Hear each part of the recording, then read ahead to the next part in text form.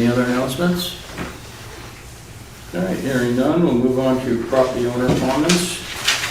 Do we have any members who would like to make comments tonight? Yes, I'd like to make a comment. I'd just like to pass these around so that you have something in black and white. My name's Sears Taylor. I live at 22 Windward Drive. I've been here since 2008. And my concern for this night particularly is that the dog park decision be put off so that more people can find out about it. I talked to the manager and she indicated that the vote's going to be next month. And I don't know that that's enough time. I think that this issue is a lot more incendiary and controversial than some of you may realize. I'm glad I had a few days to cool off before I came here because there would be no point in acting like a lunatic. However, I guess it's a basic question of fairness. I willingly support the golf course. I want to support the golf course. I'm happy to support the golf course. The marina, the pool, the gym, even though I don't use any of them. I have I use the road and I use the little sliver of the dog park. I use the dog park. The dog park costs are mowing the grass, which we'd have to do anywhere, and a few plastic trash bags. So to cut the dog park, butcher it up the way I've heard it's going to be butchered up is not acceptable. Now, I'm not a complete fanatic of the dog park. I would have no problem with the fence from the tennis court being extended to the water. That would be logical. Keep the playground and keep that area, dog-free. However, this talk of running the fence almost down the middle is not going to go down well with dog owners. And there's more dog owners in this community than there are golfers or voters. So as a matter of fairness, the manager talked about I've been here since 2008, and the dog park's been of this size. The manager told me about some paper she had that said it was only half that size. Well, since 2008, that's the size. The dog park was one of the primary reasons I moved here. And the golf course. I think the golf course is beautiful, although I don't golf. So, but there's a lot of people that feel very, very strongly about the dog park. So if I accomplish nothing else today, I would hope that you'd give us till June before you made a final decision. Thank you very much. Thank you for your time, sir. Thank you for the printout. Any additional comments tonight? Please. Thank you. I apologize for addressing the board again about this issue. I hope that I will not be too redundant. In discussions and threads, multiple residents have asked why the board... Name and You got to give your name again, sorry. Norman, 50 Grandview, been here since 2000. In discussions and on threads, multiple residents have asked why the board intends to reduce the usable portions of the Marina Dog Park, the dog usable portions, by between half and 70%. A move requiring complex permitting, tens of thousands of dollars in fencing, drainage, the kind of soil repair to marshy areas they have failed to provide for decades, plus constant maintenance, none of which have been costed out to the community. One or more answers appear in an undated, anonymous document on the SV website titled Off-Leash Dog Area Proposal, authors unknown, in which children's safety while swimming around dogs is mentioned 5 times, almost always with a grave caution about our liability. For example, one of these cautions, there's no way to create a physical barrier between the dog and human swimming areas other than floating buoys, which in practice do nothing to separate the two. Since it is usually dogs and children in the water while dog owners and parents watch from the shore, the chances of an incident occurring in the water are increased and would take longer for an adult owner to intervene. Chances for severe injury in the water are just as great, if not greater, than on land. I defy any of you to support that statement. In fact, in searches on 2AIs and Google, there has never been a case in the United States of a lawsuit filed involving a dog attacking a child in water. It's never happened. And yet that keeps getting mentioned. Now then, if you want to talk about liability, lawsuits against OHAs for injuries to children inflicted by poorly installed or maintained playgrounds, like our swing set out there on pea gravel instead of rubber or sand. Those are too numerous to count. The AIs can't do it. But this report does contain a paragraph that may reflect the board's intent and its emphasis on monetizing the amenities we pay for. Not only is the quote, not only does the current layout of the Marina Park area violate many of the established guidelines, but it is possibly the most valuable and profitable asset for the community. Nearly 2/3 of the park is used for an off-leash area and therefore unable to be used for revenue-producing ventures. For this reason, we are requesting that while evaluating the revitalization of the marina. Thank you. May I finish the last sentence? Yes.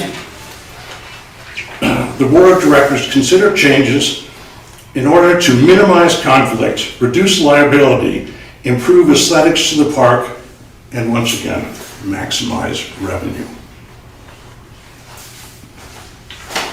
Thank you for your comment.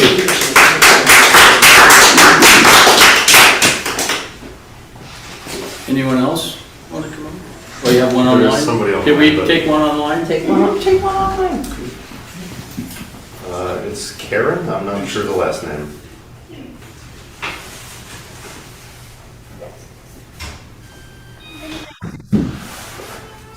One more time? Can you hear me now? Yep. Yes. Thank you. My name's Karen Hardesty. I'm at 25 Oak Crest Circle, Gate 9. My request is that you simply take some more time on this dog park issue. I happen to fall on the opposite side of a lot of folks that I love and care about. I love my dog, but I also love sitting by the water, and I would love to have a little more space that's not taken up by dog poop, etc. I'd love for us to talk about beach area. I think that there just needs to be a little more time and some more consideration of what other parks do, what other HOAs do. And I know you have spent so long on this, so have other people, and I'm asking you to kind of consider a little bit longer. It's apparently matters a ton to everyone here, and I'm not all about making more money there. That's not what I think we're about. But we have very little beach space for all of us who pay, and I think it would be so grand if we could come up with a solution that pretty much everyone was like, okay, that works. Wouldn't that be grand? So I'm just asking you to please keep working on it. Keep listening. Thank you. Thank you for your time. Thanks, Karen. Thank you. Thank you. Anyone else in the audience?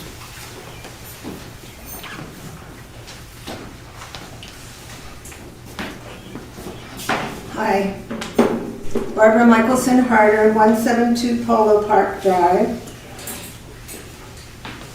And I want to echo some of the things that some other people have said. We ask that the decision to restructure this park is moving forward without adequate transparency data or shareholder input. And they've been developing, the board have been developing this plan since August without meaningful shareholder involvement. All the information that's been posted has been unclear. It's been labeled Marina Park, Marina Community Park. Never has it been said Marina Dog Park, which is how the dog park is listed on the Sudden Valley website. And where is the formal accessible proposal for shareholders to review? It's not anywhere. We have an extensive PowerPoint available to view, and with excellent data that we would gladly share with anybody who wants to see it. A wise and responsible board would hold a town hall and actively seek input before decisions are made. Just for your information, in just 3 days, the petition that has been put online has gathered 155 responses, 131 of them with comments, all supporting the dog park. These are engaged shareholders whose voices have not been reflected in this process. Just in 3 days, 155 people. Think about those numbers. Okay, so there's no data to support the plan to change one of the most used year-round amenities. It's second only to the golf course. Temporary fencing would be a practical solution if we did that this summer, if we slowed down our roll a little bit, but temporary fencing this summer to gather real usage data. Enforce the rules that already exist. Pick up the poop, everybody wants that. This would allow continued dog park use, space for other activities, real-world data collection. This is a major, responsible, multi-phase approach. We talked about cost. You guys haven't been transparent about anything. And we haven't talked about increased amenities. Would they increase traffic and parking? Would they increase garbage and maintenance? Would there be more non-residents rushing into our busy summer conditions that already exist? If we had a proposed, the one that you're giving us now for this new location, we all know it ends up in the swamp, which is not acceptable. What we're asking is that what Karen just voiced, a decision should not move forward as presented. We are asking you as a board to pause the current plan, engage the shareholders transparently, implement a temporary data-driven trial this summer. This is what a wise board would do. I'm sure you all are very wise. A wise board won't rush into any decisions. It will gather input, use data, and serve all the shareholders. So thank you for listening. Thank you, Barbara.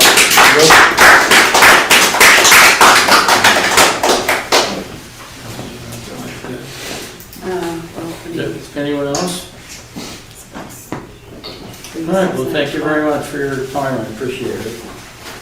I appreciate your comments. All right, moving on to item number 4, we have a consent agenda for the approval of the meeting minutes for March 26, 2026 meeting. Do you have any questions or comments regarding those? Corrections? Can I get a motion? Move to approve the minutes for March 26, 2026. I'll second. Thank you, Tom. All in favor? Unanimous. All right, we're going to move on now to the candidate interviews and voting. Linda, I'll let you. I am missing a candidate. I will go look and see if, you want to go look and see if he's out there? I'm missing one of my candidates. No worries, we can come back if you want.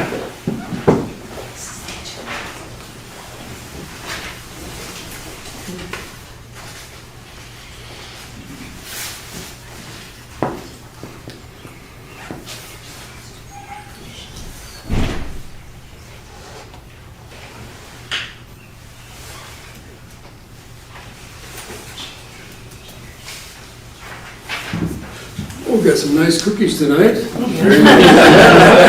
They're right in front of me. I know, I saw those. I did push them up a I little got rid of the further. quickly packaging. You're just the guardian of them. You didn't see him, did you? I'm missing one of my candidates. All right, we can come back. Is he You there? wanna- Okay. You couldn't Yeah. find him? All right, we'll move on to, He was right in the lobby. I saw his car. he's not He there just now. went out and looked for him. Could be. All right. Well, we can do the GM report and then go back. or Okay. We can hold on for a couple of Okay. minutes. I just can't start till I have both of them here.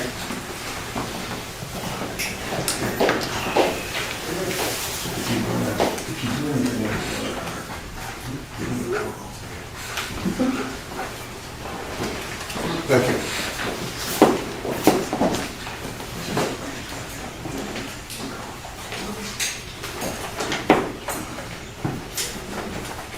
Maybe he's in the sauna. The gym, get there, I got it. Maybe I should go over to Elk Robbie and see if he's. We're one issue people. It looks like you read it. What's that? You take care of the dog park, you'll never see me again.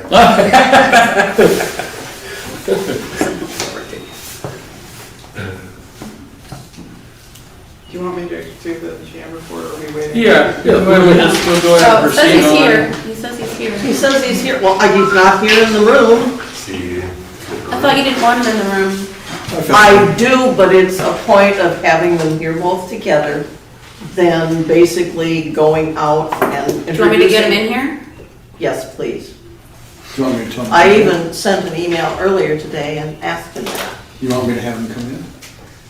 Or you I wanna just wait? told him to get You're, in. if he's out there, just leave him out there if he's out there. We'll just, there is there's nothing normal going on as long I as just I'm told him in to charge get of in. this. Should I tell him not to come in or no? Nothing normal. Okay, in or out?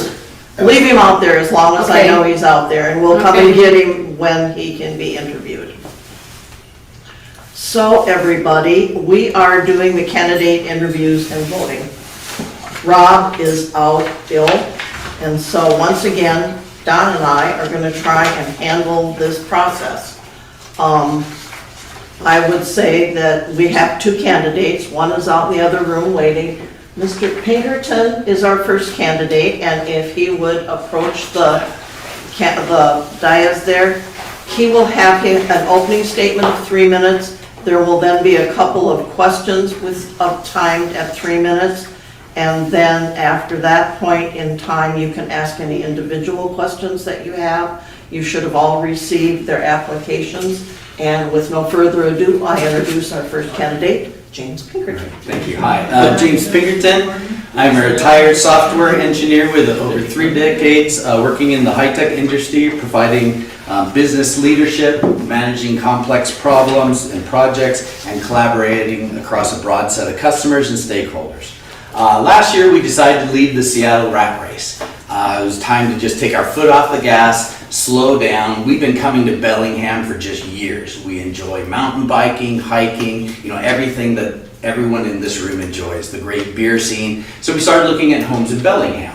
And there's some challenges finding a house in Bellingham. So one of our friends like, you ever been to Sudden Valley? And I'm like, I have no idea what that is. So we started to look into Sudden Valley and quickly fell in love with the beauty, the lake lifestyle, the fact that it's quieter than downtown Bellingham, and that we really just appreciate the amenities like the swimming pool, the dog park, of which you've heard a little bit of passion about tonight. And while we've only been here a year, I really appreciate how welcoming the community is and all our neighbors. We get a chance to walk the neighborhood, everyone waves, says hi, it feels just like a throwback to when I was young. Every board should run HOA like a business, prioritizing projects that provide the biggest benefit to the community with judicious use of limited resources. If elected to the Sudden Valley Board, I will bring decades worth of business experience and a fresh perspective. You're all done with that part. Okay. So, the first question I have is, please describe your experience serving on volunteer boards or committees. What is your interest in participating in committees here? Yep. So I formed an Ask an Expert board. So we used to work with a project called Azure Data Explorer. Basically what it was is data storage and analysis. And what we found is a whole bunch of engineers understand they have data, but they don't know how to unlock it. And so we were just realizing that the key problem is they struggle to show their data effectively, tell a compelling story, and have useful reporting. So we created a team that met twice a month. And during those meetings, we would answer questions, we'd provide how-to, you can read stuff online, but when you actually have someone show you, tell you, it's more important and more impactful than reading.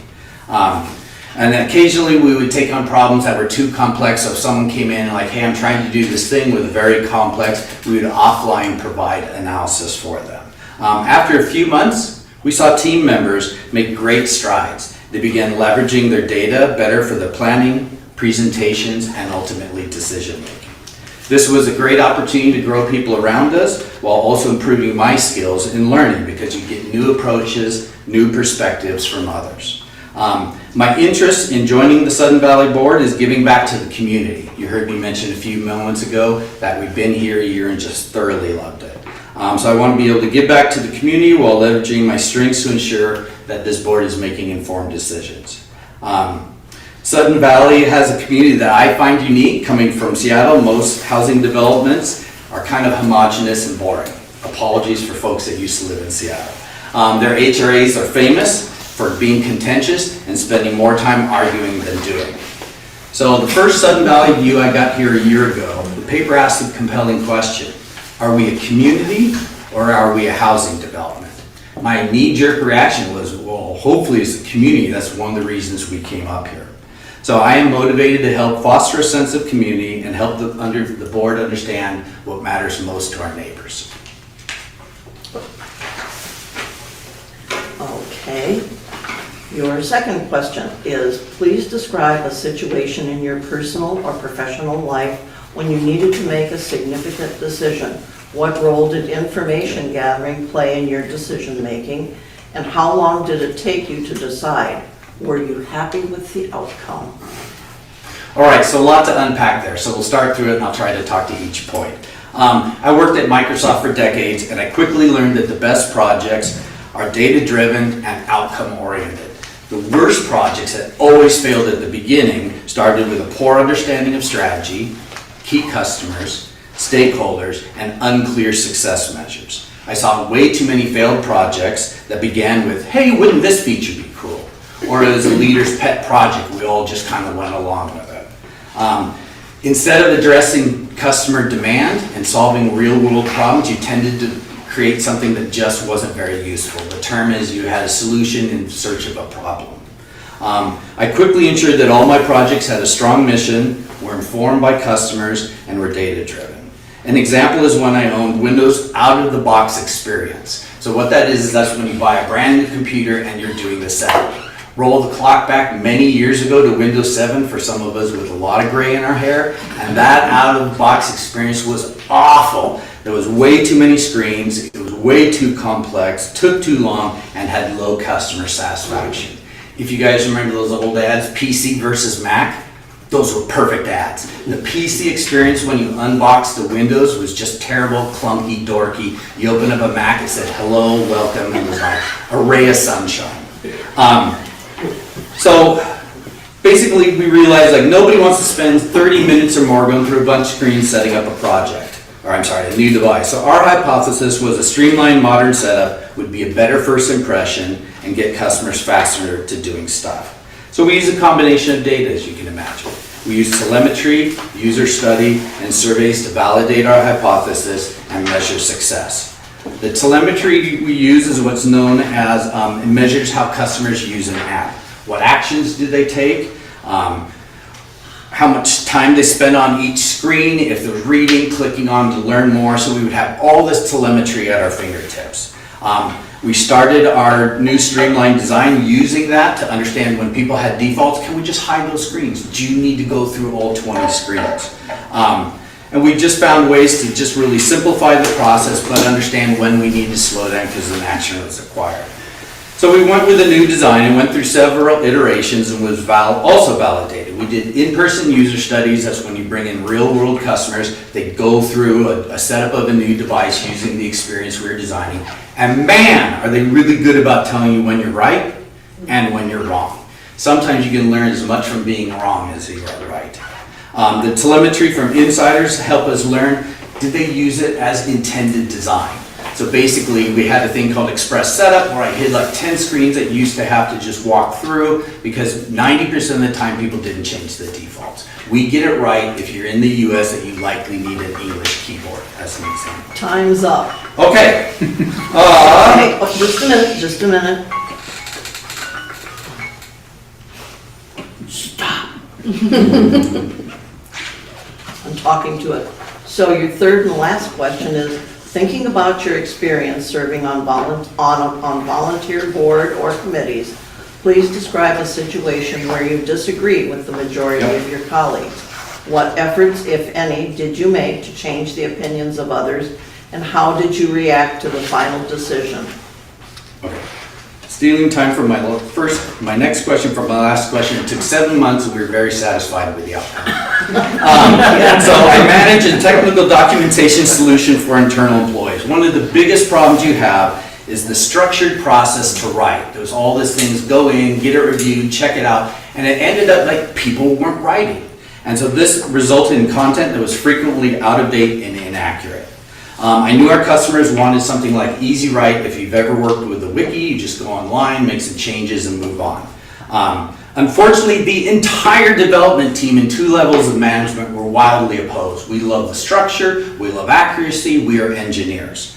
So I started a committee to learn about what our customers really wanted for writing. Did they love easy? Did they want structure? Some kind of a combination. Volunteers around the company joined the committee to gather insight. Our hypothesis is we believe that adding an Easy Write feature will encourage more people to write, keep our content current, and we were going to measure success by 10% of online sessions were writing, not just reading. We also wanted to decrease the amount of old content by 50%. The committee went on listening tours here directly, and once again, people were very vocal. We also had a quarterly survey, and then we put in, do you want Easy Write, in kind of a top 10 feature list. Consistently, it took 3rd place. So we knew we had to do it as a high priority.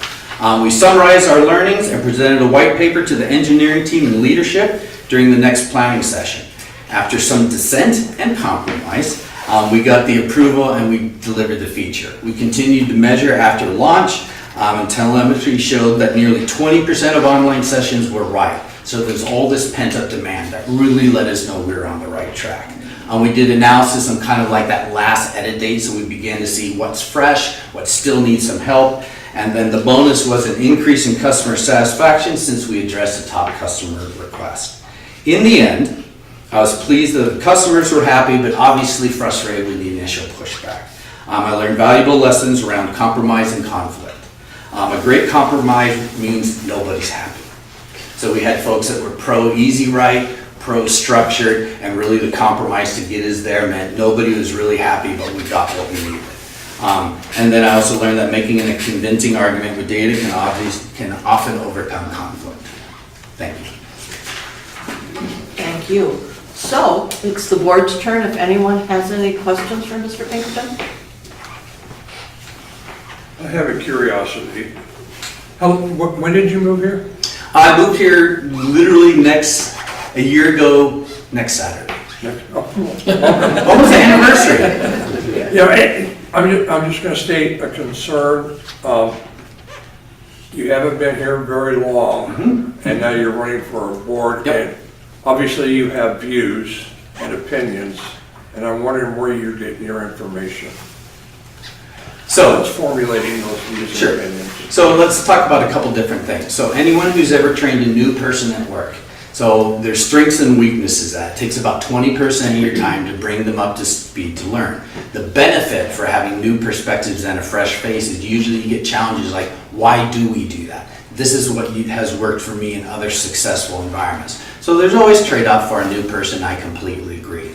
Now, where do I look for sources of information? Currently has been twofold. I look online at the Sudden Valley. There's a whole history of interesting historical information. So you go back, you can look at the Sudden Valley views, you can look at the minutes, you can begin to decipher what are some of the top things. During my time here, to no surprise to anyone on this board, it's usually about money. Hey, we have a barn that needs to be redone. We have HOA fees that are of a concern.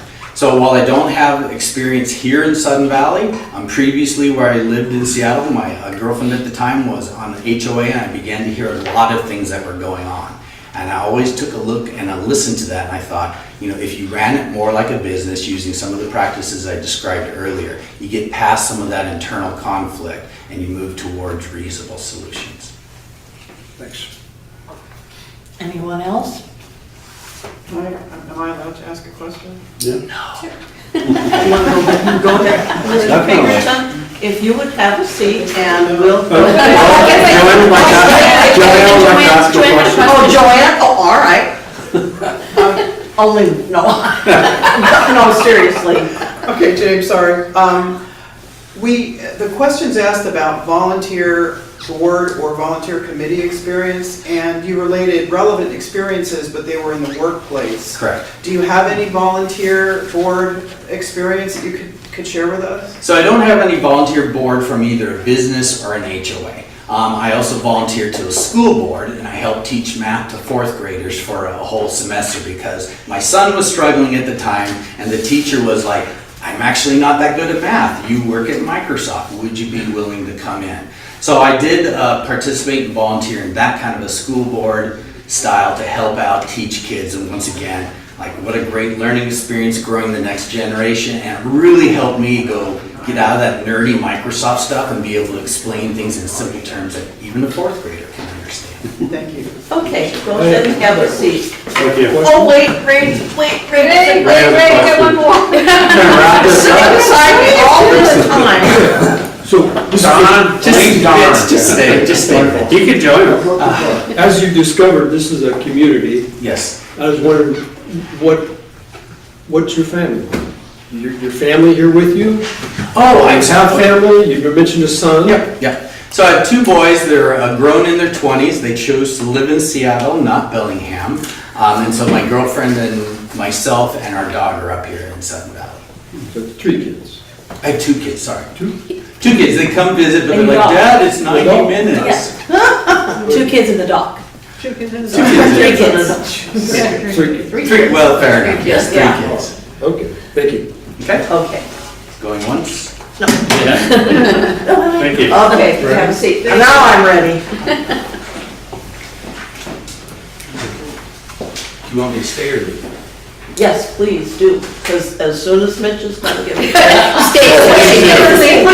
Because the board will vote, and we will know shortly which one of you gentlemen will come up here Does he stay in the room or leave the room? and take, how? He said stay or leave, and you said please do. Oh, please stay. I'm sorry, I am giving instructions and doing this at the last minute is just beyond me here. You're doing fine.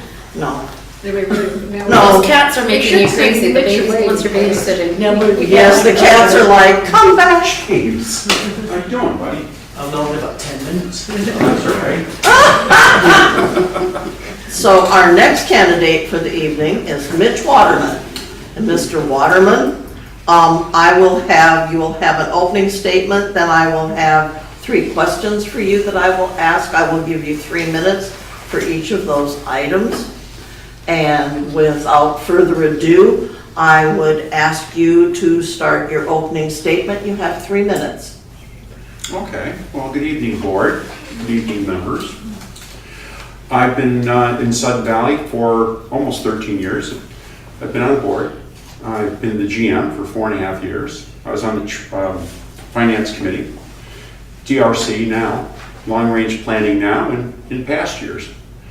I'm on these committees because I believe people should be involved with their community.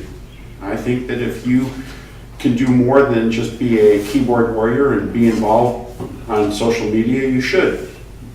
And you have to do that by engaging with people and being involved with committees and being involved with contentious issues and speaking your mind and being honest about it and looking at the long-term health of the community rather than a particular item of your interest.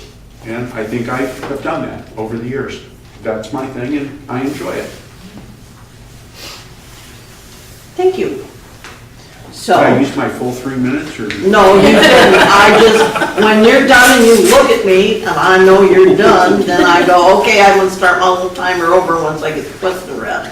You know, you just don't look like Rob Gibbs. I'm sorry. I know. I'm sorry. I try.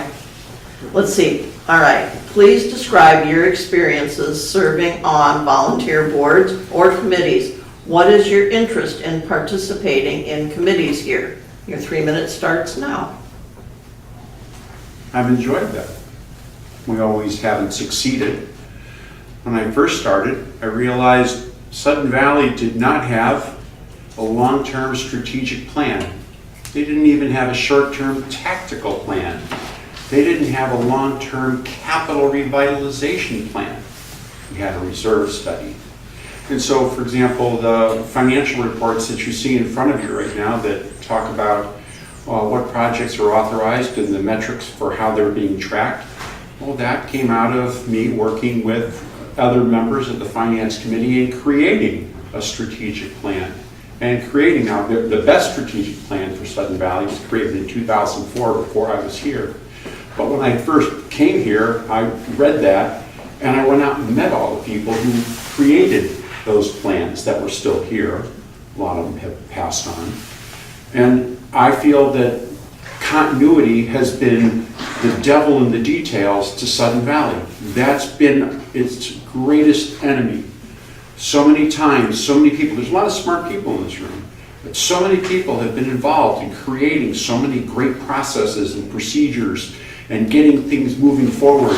And then, of course, you time out and you move on, you go somewhere else, and another group comes in and they say, well, we're pretty smart folks too, and they don't follow up. The best example I can give you, in 2016, the Finance Committee, I was the GM, we worked together and put together a revitalization plan. We knew that we had to work on the rec corridor, Area Z, and the marina. We had failure points that were here. The spit had failed. The pools were failing. They were leaking more water than they were holding. We had problems everywhere. We put together a proposal for revitalization, and it didn't pass the membership vote. 49-51%. It just didn't make it. And that time before with Kiowa, you had to have 66%. So my job was to look at this and go, gosh, that didn't work. So I proposed a strategy. Finance supported it. We borrowed money against our dues, and we rebuilt the spit, and we saved the marina because the fire marshal was going to shut it down if we didn't put fire control in there. And we put in new docks, rebuilt both pools, put a new building at Area Z. It didn't pass the vote test, but it did pass the board test. And the board had more of a strategic look at the situation and didn't get caught up in the emotion of a vote because it had been beaten down and they had no way to defend it. Social media then had a lot more prominence. I felt that it needed to be done, and I stayed on it and came up with a solution. The board agreed Thank you, with it. your time is up. And so was my story. Okay, for your next fairy tale, no. Linda, you were involved in these discussions. Yes, I know, I still, if you can remember correctly, your one road plan that you had, Yes. I supported that all the way. I We know you wouldn't did. be in the issue we are now. Time goes back. Okay, please describe a situation in your personal or professional life when you need to make a significant decision. What role did information gathering play in your decision making? How long did it take you to decide? And were you happy with the outcome? Start. Well, in this last example I gave you, I was heavily involved in putting together the plan for revitalization with other members of finance, Tony Lizeo and Rick. Carol Holton supported it, and before that, George Schaffner, who was the treasurer, he came up with the first plan for repairing culverts. I came up with the first 10-year roads plan through Wilson. We were really happy with it. We weren't getting it funded the way we wanted to. We had to come up with solutions, and it took a lot of input from lawyers, from reserve study specialists. I was surprised when a reserve analyst came up with a number. He came here and spoke. We had to pay for him to come here and speak. He said that he was supporting 500 different associations, and he said the majority of them had transfer fees. Well, we put in a transfer fee here. So when we built up the first debt, and you think about a SWOT analysis one of the greatest strengths we had was we had no debt. Sudden Valley had no debt whatsoever. So we initiated debt, we borrowed against our dues, but then we put in the transfer fee. And the transfer fee in 2020 had almost 3/4 of enough money in it at that time to pay off that debt. So not only did we come up with a solution to solve a problem that we couldn't get the members to vote for, we came up with a solution to pay it off. Unfortunately, again, as I mentioned, continuity is the enemy of Sudden Valley because we cannot seem to sustain a very good plan and keep it going through the turnover of boards. Now, the place was built by our founding members to have a turnover every 3 years. We have to get out of the problem of having disruptive turnovers. That's our enemy. We almost paid that off. It would have been fabulous. Didn't happen. That was disheartening. Did I do my 3 minutes? You did, you got in under you're getting close. Last one. Thinking about your experience serving on volunteer board or committees, please describe a situation where you disagreed with the majority of your colleagues. What efforts, if any, did you make to change the opinions of others, and how did you react to the final decision? Go ahead. We disagree. Some people will tell you that I'm about the nicest person you'll ever meet. Some people will tell you that I'm the devil incarnate. And I believe that you should actually listen to both parties, because some people just get the personality that they deserve. I haven't had an example where a committee and I have not disagreed, because I'm far more open to listening and reasoning and being open to the 100 different ways to achieve a goal. My biggest problem has been working with committees that didn't understand that they had to put together a goal and objectives to reach that goal.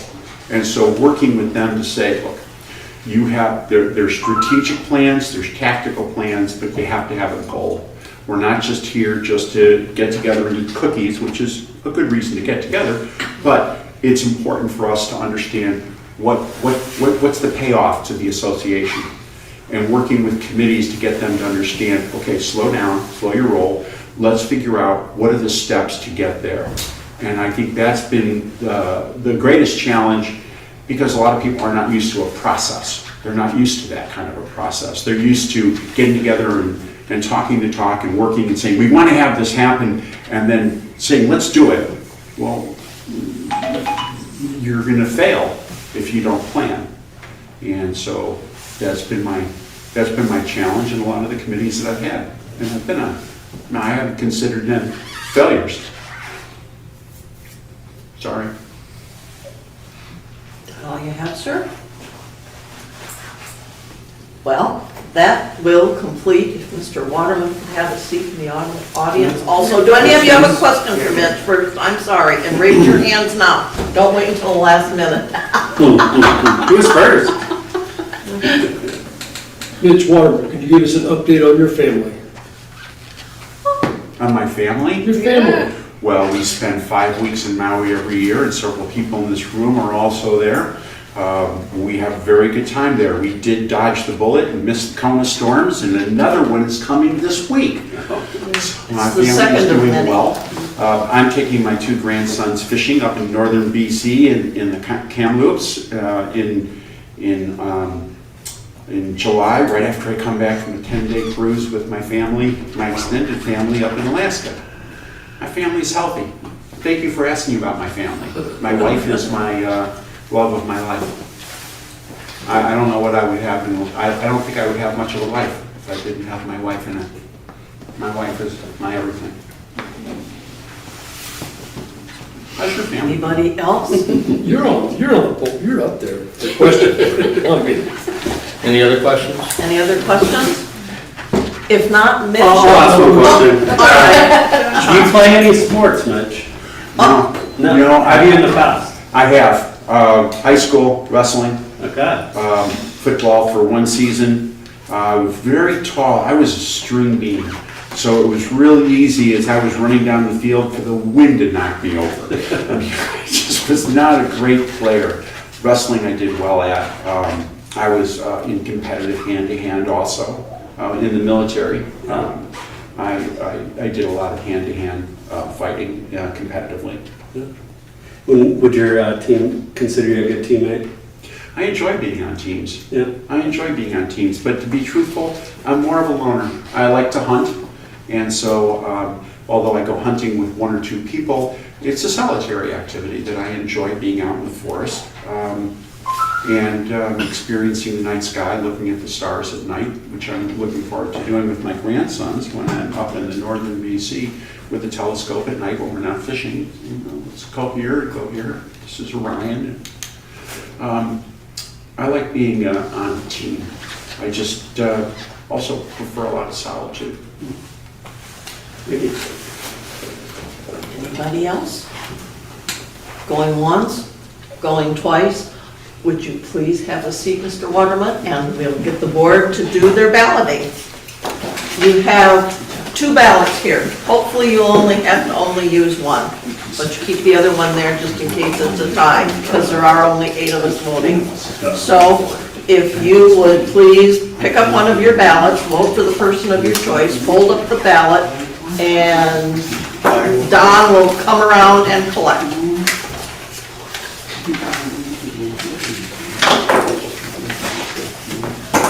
It's easier from the middle, Don.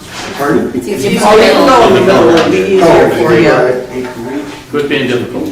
I'll never get around it. Yeah, there's a blockade right there. I'm not that stupid. Hey, point at me.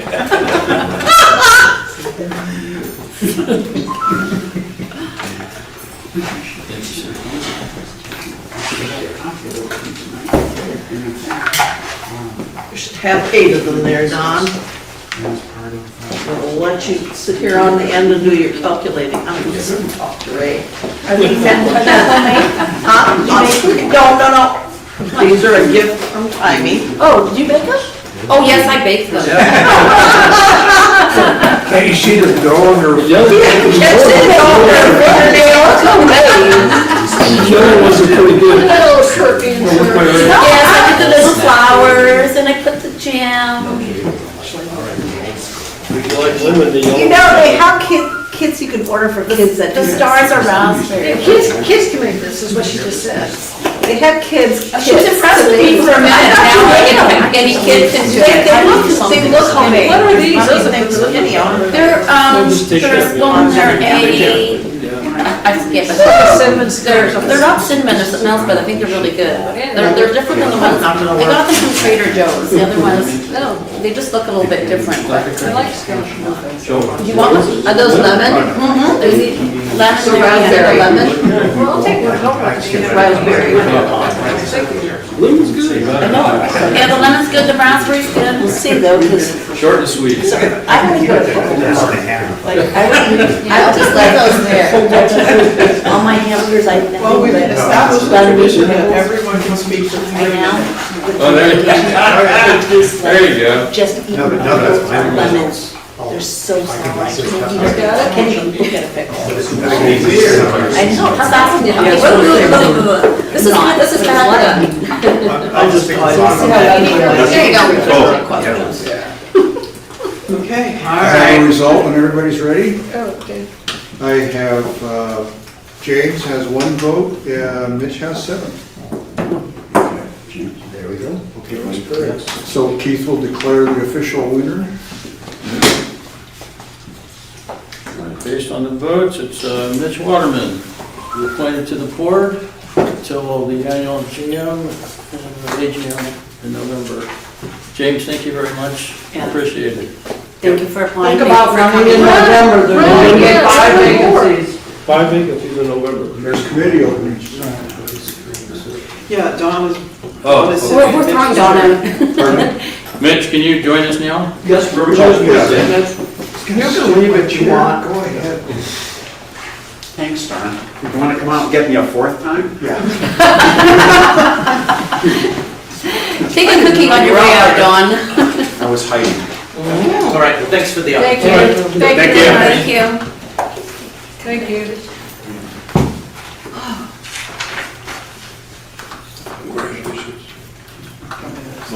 No.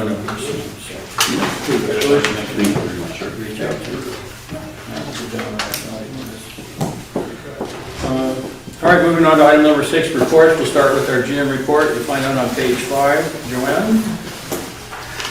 Thank you, Keith. In March, Sun Valley experienced traditional spring weather, lots of variability. Maintenance was kept busy removing trees blown down by the wind, only to turn around and have to reattach the snow plows for potential snow removal the next day. They got really tired of putting them on and taking them off, I can tell you. Seasonal hiring in preparation for the summer season kept admin busy, while recreation has focused most of the month on filling the open, wet, and dry slips at the marina. I'd like to talk first about golf revenue. Golf revenues are off to a very strong start with a total of $327,689 for the first quarter. This is an increase over last year of $60,000 approximately, or about 22%. A large portion of this increase is attributed to more memberships being purchased than usual, but the daily green fees have also been very healthy in both February and March, despite challenging weather. Golf expenses for January are lower than last year by $3,568, which is also a healthy indicator. I put a chart there for golf revenue that compares for the last 3 years, and then over the course of this next year, we'll build it. So every quarter or so, I'll bring that back and let you see how golf revenues are stacking up. So far, we have exceeded the revenue for 2023, which was our largest year ever. So quick out of the gate and healthy indicators for golf, which would be nice, as we're coming off 2 soft years in a row for golf. Marina renewals. Recreation was not able to achieve their goal of filling all of the available wet and dry slips by the end of March. Currently, there are 8 standard size wet slips open and 24 dry slips. That number actually, since I wrote this report, has dropped to 6. We filled 2 additional, so that's good. And they're continuing to offer the slips to everyone on the waiting list. The problem is the size of the slips that are open. 37 people who were on the wet slip wait list were contacted and then removed from the list. 20 people remain on the list, but 16 of them need a premium or a select slip, and there is no longer a waiting list for dry slips. There are also 32 open canoe and kayak racks, but most of these are top slots, which many people don't want because it's hard for them to lift their boats over their head to get it on the top rack. 18 people have been removed from the waiting list and 23 remain on there. So we have kayak racks and those kayak canoe racks at different spots. So there could be an opening like at AMPM Beach, but you want to be at the marina or vice versa. And so it just logistically it's hard. But they continue to work at it and we'll keep going until we fill them all. So, quick question, just to interject. I thought we had like tons and tons of people waiting for wet slips and stuff. But now I see there was only 37. Well, because they've gone through those lists. Wow. Yeah. Amazing. Some of the people on that waiting list didn't have boats, and that they put their name in just in case they got a boat because the wait list was so long. So that was part of the issue too. Nothing like thinking ahead. I'm sorry. No worries. So we continue to advertise the openings in the e-blast and the views, and eventually we will fill them. Administration has revived the practice of sending welcome packets to new residents each quarter. Those materials were revised in March and the first mailing went out last week. We've already had some calls, people asking questions or sending an email to thank us for sending that information, so it was well received. I'd like to talk next about our updates to the website. Administration has been working on an updated version of the Sudden Valley website since the beginning of the year, and we expect to go live with this new version in April. It is structured exactly, almost, like the current website, so users should not experience any disruption. The reason we need to update it is because the current website that we've had for years was hard-coded, and we could not update the root software, and we're like 15 versions behind. So what we did was bring it over to the very newest version, rebuild the page designs, and we've been going back and working through each page to fix all the stuff that didn't pull across evenly or in a way that worked. So it's essentially the same website, but with the new software so that we can update it every time the software updates. It'll work that way. And we're not losing anything, we're not changing where things are. We are going to be mobile enabled, however, which is awesome because if you try and access the current website on your cell phone, you know that it's quite challenging, almost impossible, unless you have the specific page URL to find anything. So that's an improvement. And we've streamlined the design a little bit. We got rid of all the multicolors. It's a single design style color palette, and hopefully people will like it. When we relaunch this month, possibly as early as next week, we will have most things working, but we will still have some things to build. For example, the online events calendar hasn't really worked since I was the GM in 2023.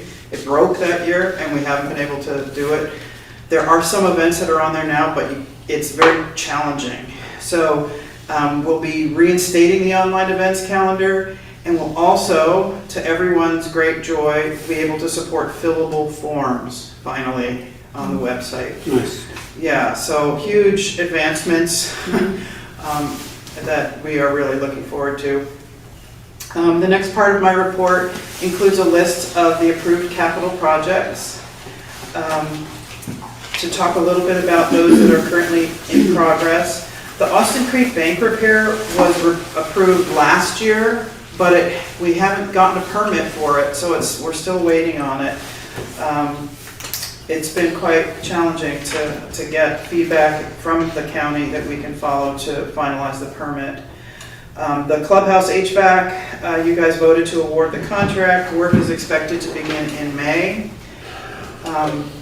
The Marina Tennis Court refurbishment, design and permitting funding was approved, and we expect that permits will be submitted in April.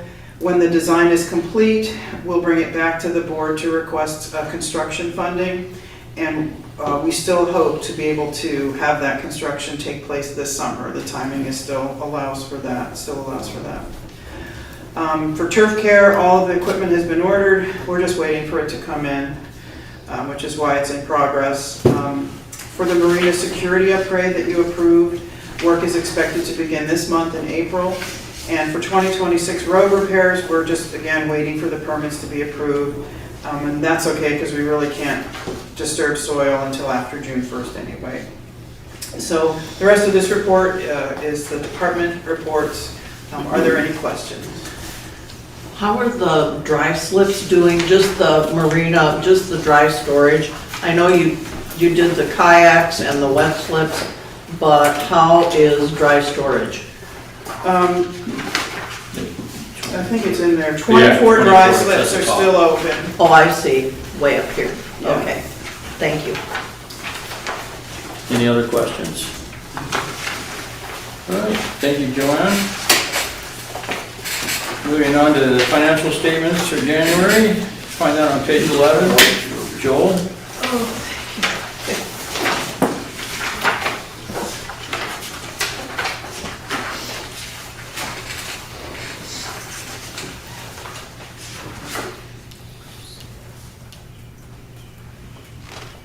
Joel? Just kidding. You can see.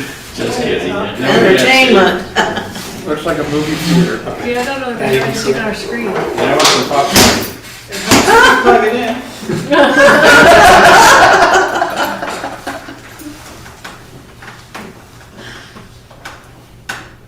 Can you see completely? Can you get that angle?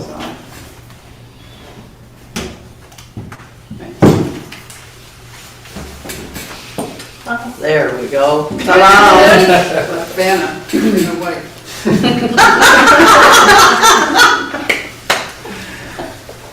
Okay, so I'm going to be going over at this point, the January 2026 financial statements. So these will be obviously the first financial statements now for the year, since I did December previous month.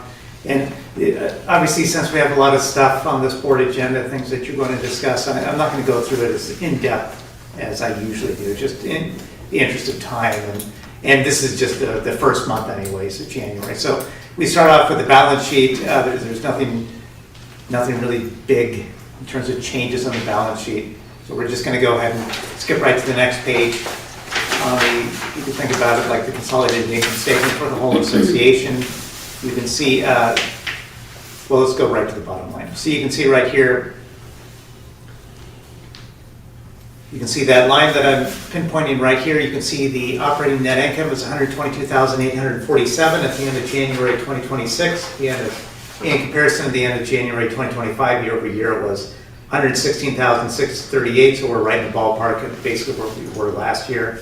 In terms of budget, we're pretty much right on budget, just a little better than budget by about $1,200. Last year, we were better than budget by about $5,200, so once again, pretty much right in the ballpark. The expense to revenue ratio that I share every single month, and all that is that's just basically the ratio of expenses to revenues.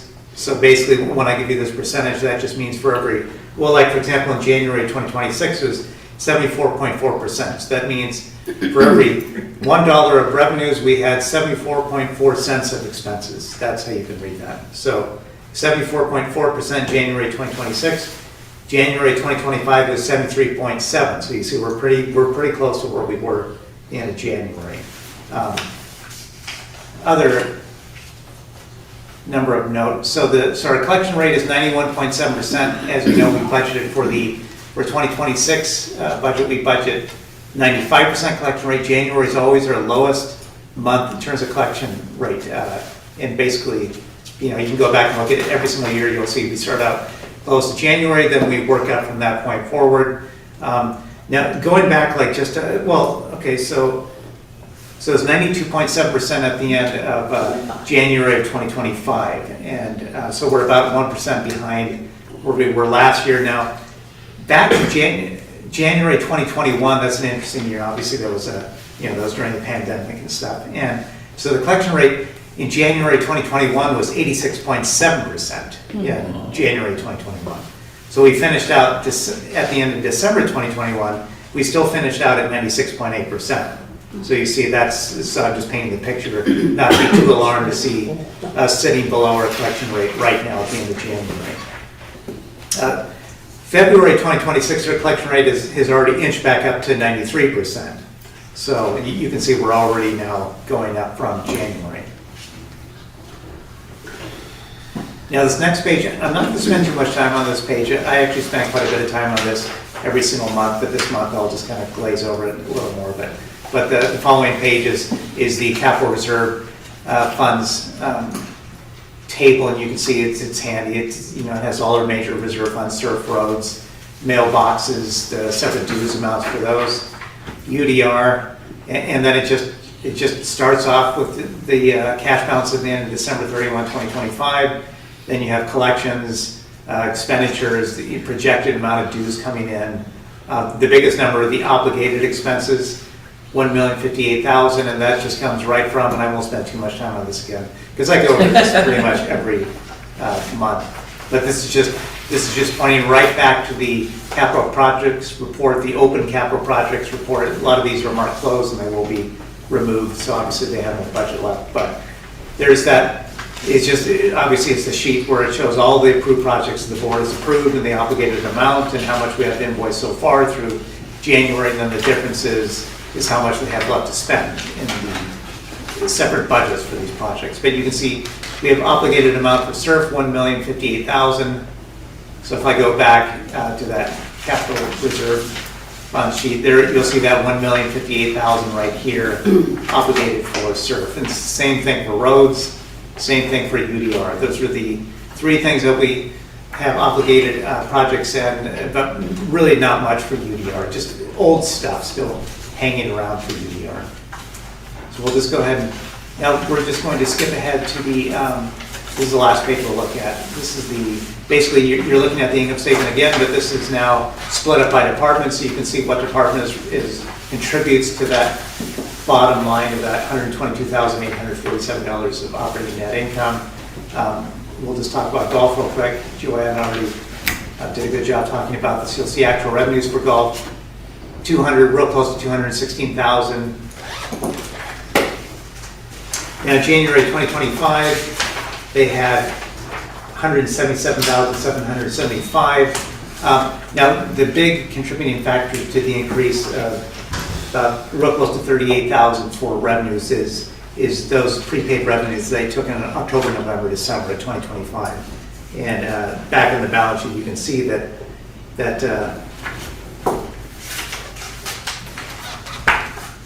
the increase in the revenues of that was 44,342. So at the end of December 2025, they had $44,342 more in prepaid golf revenues than they did in December 31, 2024.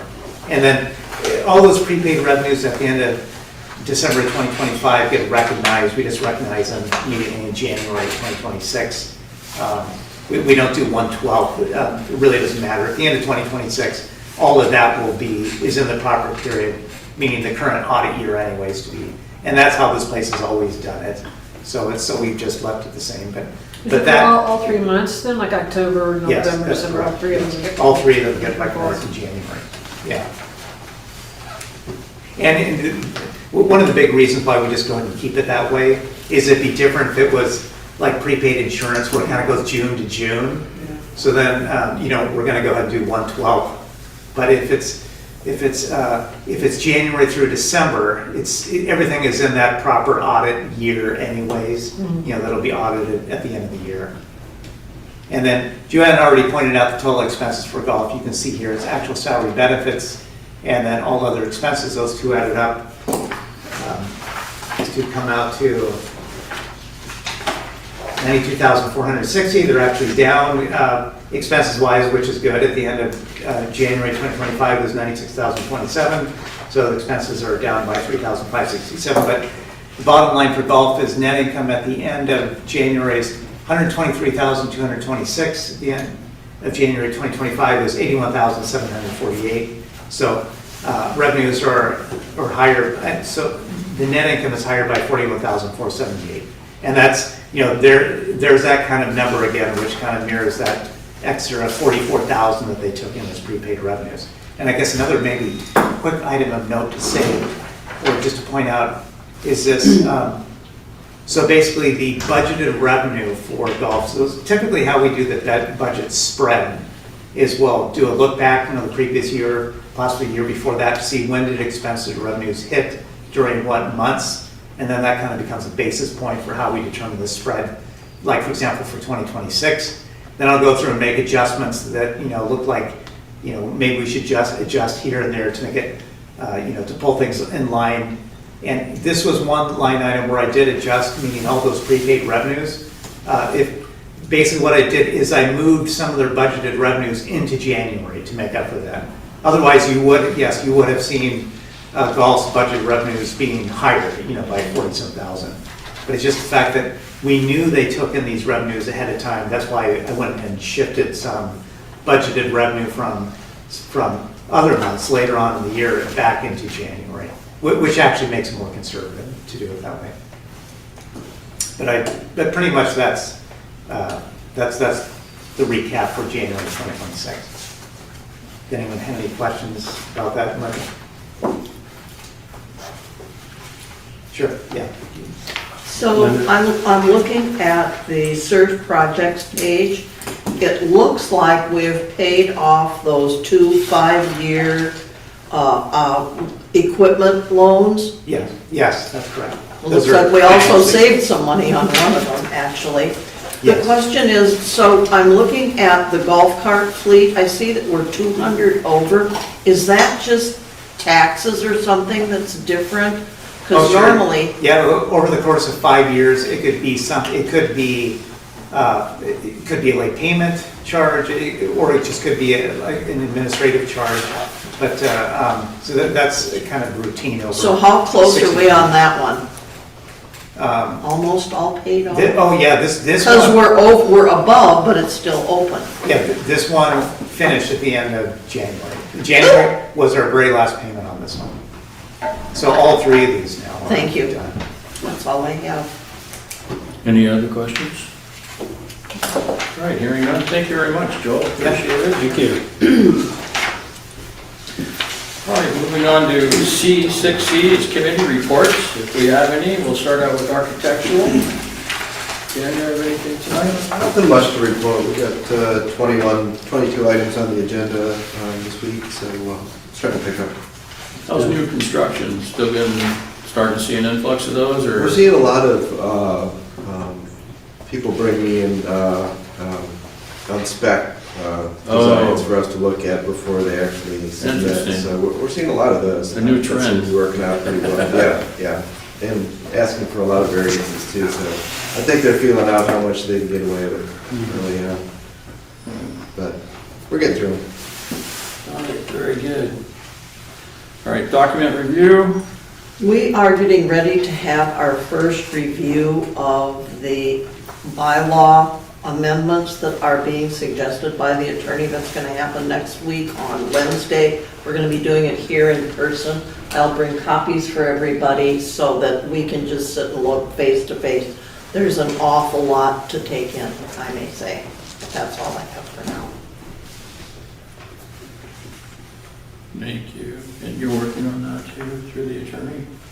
Yes, she's going to be joining us. Excellent. Jean, finance? Yeah, I don't have anything new. I mean, we meet the third Wednesday, so we talked about it last time, what we were doing, but I don't have any updates. Next time I'll have an update. Okay, very good, thank you. Long range planning? Yeah. Sorry, we have a bunch. No worries. A couple of things. We did have our focus group, and Mitch, can you, in a minute, when I just finish with this, can you do the report that you did last night? Whenever you tell me. But I just kind of wanted to do, in addition to the focus group, we actually had a number of emails. My board email was given out. I got about 40 emails. And I found it really interesting that even though I had more people pro leaving the dog park as it was, I also had quite a number of emails that came in wanting the change.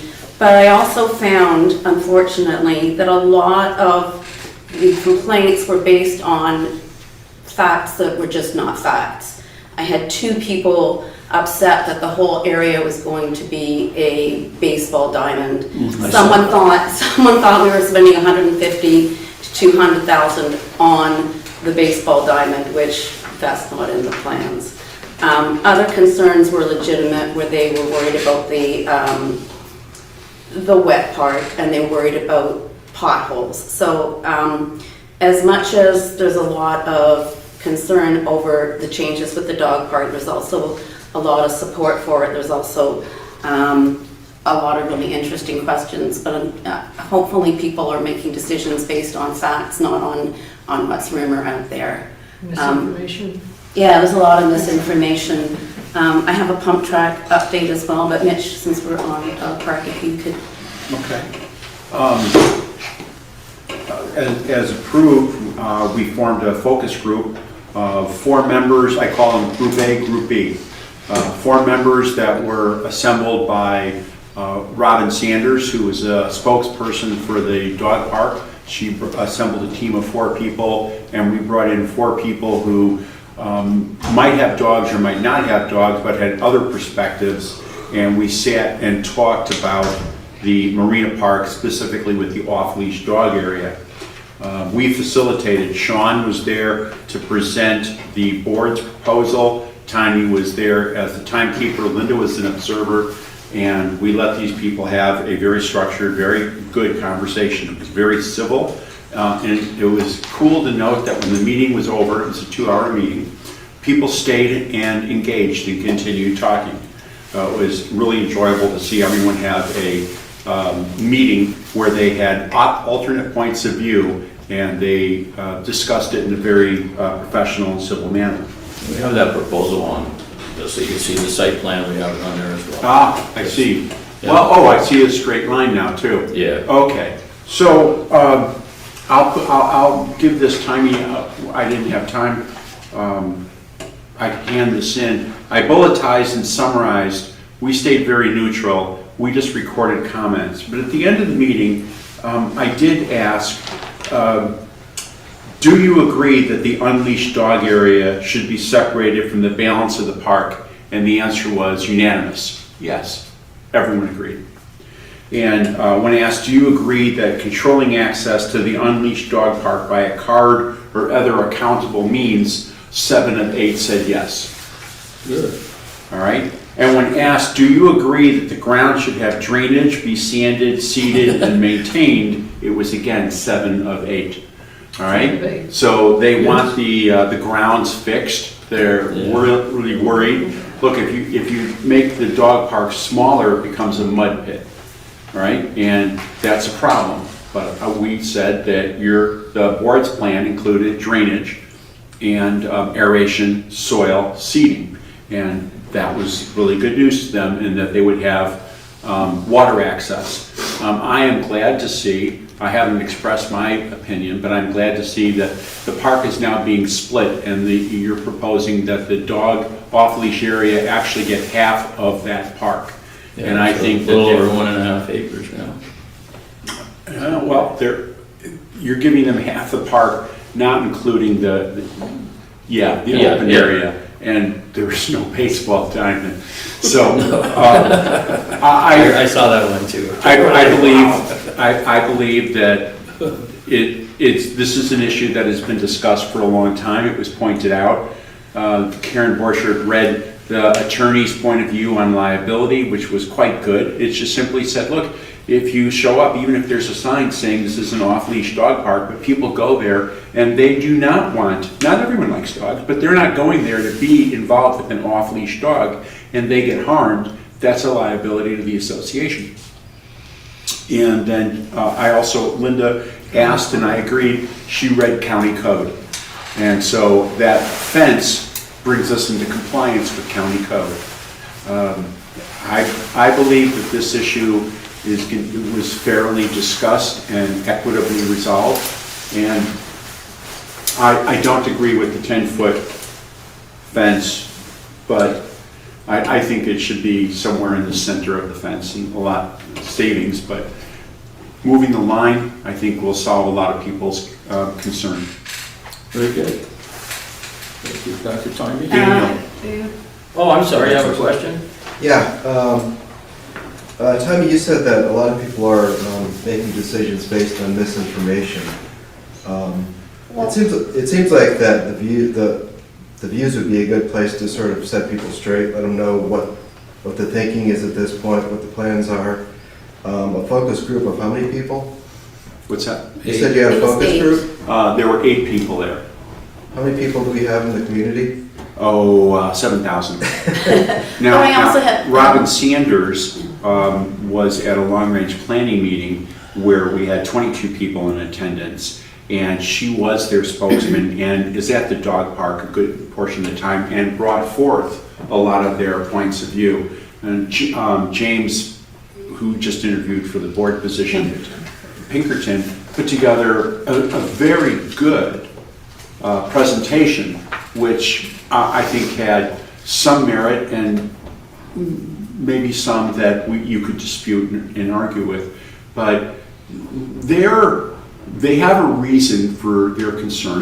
It's been forever. That is an unleashed dog park, and I think a lot of people want to use the park without dogs, and a lot of people want to use it unleashed. I like going there with my dogs unleashed, but also one person pointed out that their child was in the water in the swimming area, and a very friendly dog knocked that child over and almost knocked her out, and they were worried about drowning him with that child. I think, like you pointed out, almost nobody disputes the fence. I think that's not. They agree. Yeah. It needed to happen. That's going to happen.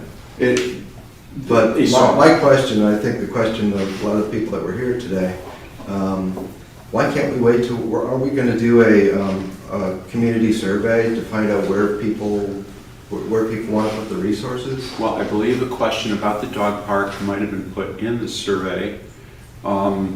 I'll say this, when I talked earlier during my interview process about the revitalization, there was a section in revitalization where it said we need to install the fence in the dog park. This has been a long-term problem, a liability and risk. Well, I'm not disputing the fence. But the point is, as the board now seems to be saying, let's resolve the risk. Now people are maybe being a little bit more vocal about their concern for it, but it has been discussed ad nauseum. And an opportunity, I believe we should put it into the views and say this is where we're at. I agree with that, so it's factual. Absolutely agree with you on that. But I think the big risk... Getting beyond, we're now debating here instead of just a question. Well, I'm bringing this up because it's an issue, a lot of people are talking about it, and I wonder, So this is, we're not talking about the fence. The fence, I think, is. I know, but you're on your fourth response now, right? Typically we go around once and, Well, it's not like this isn't of interest to the community. One more question. okay. The dispute is not whether there should be a fence. The dispute is how we're portioning out that park. And is it, if nobody wants a dog park, that's fine with me. I'm not arguing for the dog park. I'm arguing for a fair proportion based on what the residents want to see. Okay, fair enough. Any more questions? I'm just gonna say one quick, that I've talked to, so many people have come and talked to me and said, we want more space in the marina. So, you know, both groups have their wants. So, anyway, we'll just leave it. Okay. And as far as the pump track, I'm gonna move on to that. They came last night, and I do have their full report. I didn't have enough copies for everybody, but I can, anybody who wants one. But generally, there was just, when it came to trying to use this area here, there was basically significant environmental and regulatory constraints that it just can't happen here. They went into a lot of the research that they've done, but permitting risk is considered high, so it's not going to happen here. They would like to look at some other areas. One of the ones they mentioned last night was possibly the airstrip. The dog park. That was mentioned too. Yeah. By the water. See, another thing on Facebook, that can't happen. You can't put a pump track by the water. You're not going to get a permit for it. So again, it's misinformation. So they would like to, they have their map that they, after talking to the county where it can't go and possible sites where it can, they want to pursue that. And the other thing that they wanted people to know was, this is not to bring people from Bellingham. There's lots of pump tracks in Bellingham and Whatcom County. They want something for the kids here in Sudden Valley that can be close, that they don't have to go into town. It's not going to really attract town people. So that was one of the things that they wanted to say. And if anybody wants the full report, I can give it to them. And we'll say one other thing. It sounded like the county was really kind of excited about the proposal. Mm-hmm. And, even they said this area was not the best for that pump track. They were like, there's a bunch of other spots you guys can look, like over here, and I guess they had a land use person with them that was kind of helping them, got them through the process, and she says they never do that. They never kind of lean them towards another space to go, investigate that. That looks pretty good, so it looks pretty good, for the county wise, I guess. And my question would be, if they do get approved to install a pump track, who pays for it? Who maintains it?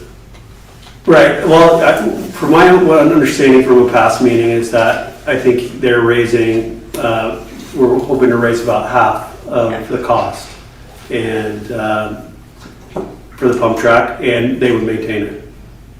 Well, who provides the other half? Well, Sun Valley, probably. Or to be determined, that could be, that could be a sponsor, that could be totally. Fundraising.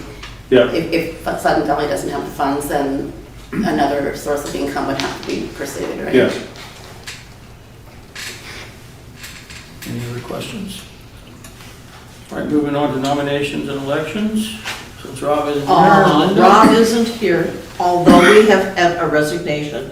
Michael Wadsworth resigned. There's family issues that are going on that he just can't be on the committee anymore. So we will be getting something ready to put in the views next month to let people know that we're looking for another person on the committee. Wish Michael the best. Yes, me too. All right, safety, Tom? I kind of put out a feeler to the members since we're having no luck in getting a meeting space. So what we're going to try is not meet as a committee. We're just going to get together some safety-minded community members and have some discussions. And we need to start working on a firewise presentation. It's gonna be a bad year. They've already issued a level 1 drought. So we're gonna do that on the 16th at Elegati.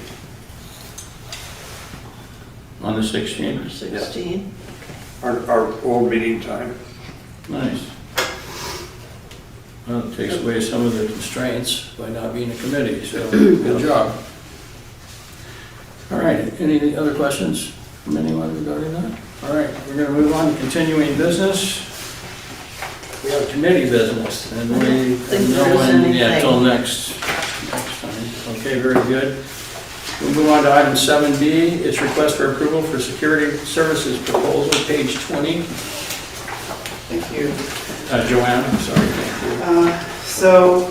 On January 8th of this year, the board was informed of issues with the quality of service being provided by SBCA's current security supplier, Pacific Security.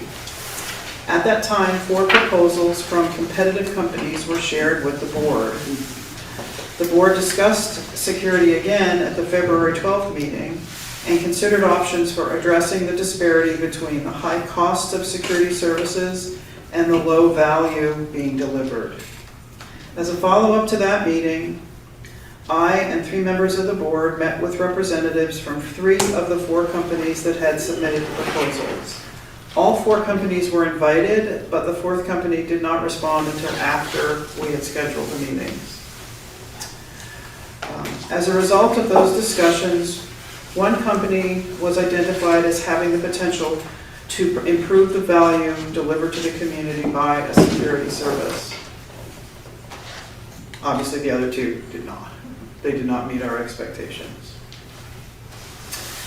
In their on-site presentation, Risk Solutions Unlimited, or RSU, demonstrated their understanding of Sun Valley's safety and security challenges and shared information about their guard training program that not only complies with state standards, but goes significantly above and beyond those standards.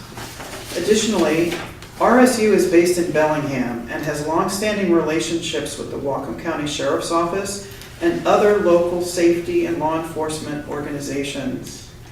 RSU currently employs more than 40 guards in the Bellingham area, far surpassing any of their competitors.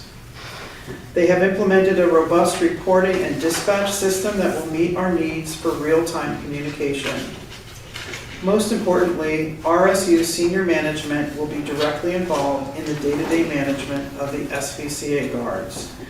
I believe that RSU can successfully partner with us to make the best use of our investment in security and can also help us to identify areas where the overall safety of the community can be improved. Even in that short presentation that they made, they had suggestions for safety, ways that they could help us to improve our safety. Pacific Security has provided good guards to Sun Valley for many years, but the quality of overall service is simply not acceptable. There has been little to no involvement of Pacific Security's management with our guards. No follow-up training, no proactive communication with Sun Valley, and long response times when we ask for a change or an improvement. The guards have no support or oversight, which has led to many negative situations. A change is overdue. We were provided with a contract by RSU. The term that the proposed contract includes has a trial period that would end on January 1st, 2027, and then the first full year of the contract term would begin on January 1st. The contract includes the option to renew for 2 additional 1-year periods, resulting in a maximum of 3 years and 8 months of service. The hourly rate for guard service is proposed to be $38 per hour until January 1st of 2027. The rate is then subject to a cost of living increase of 3% per year that would be effective on January 1st of each year. Regarding termination, in year 1 of the contract may be terminated by either party without cause after simple written notice of 60 days. In years 2 and 3, 90 days of notice is required for termination without cause.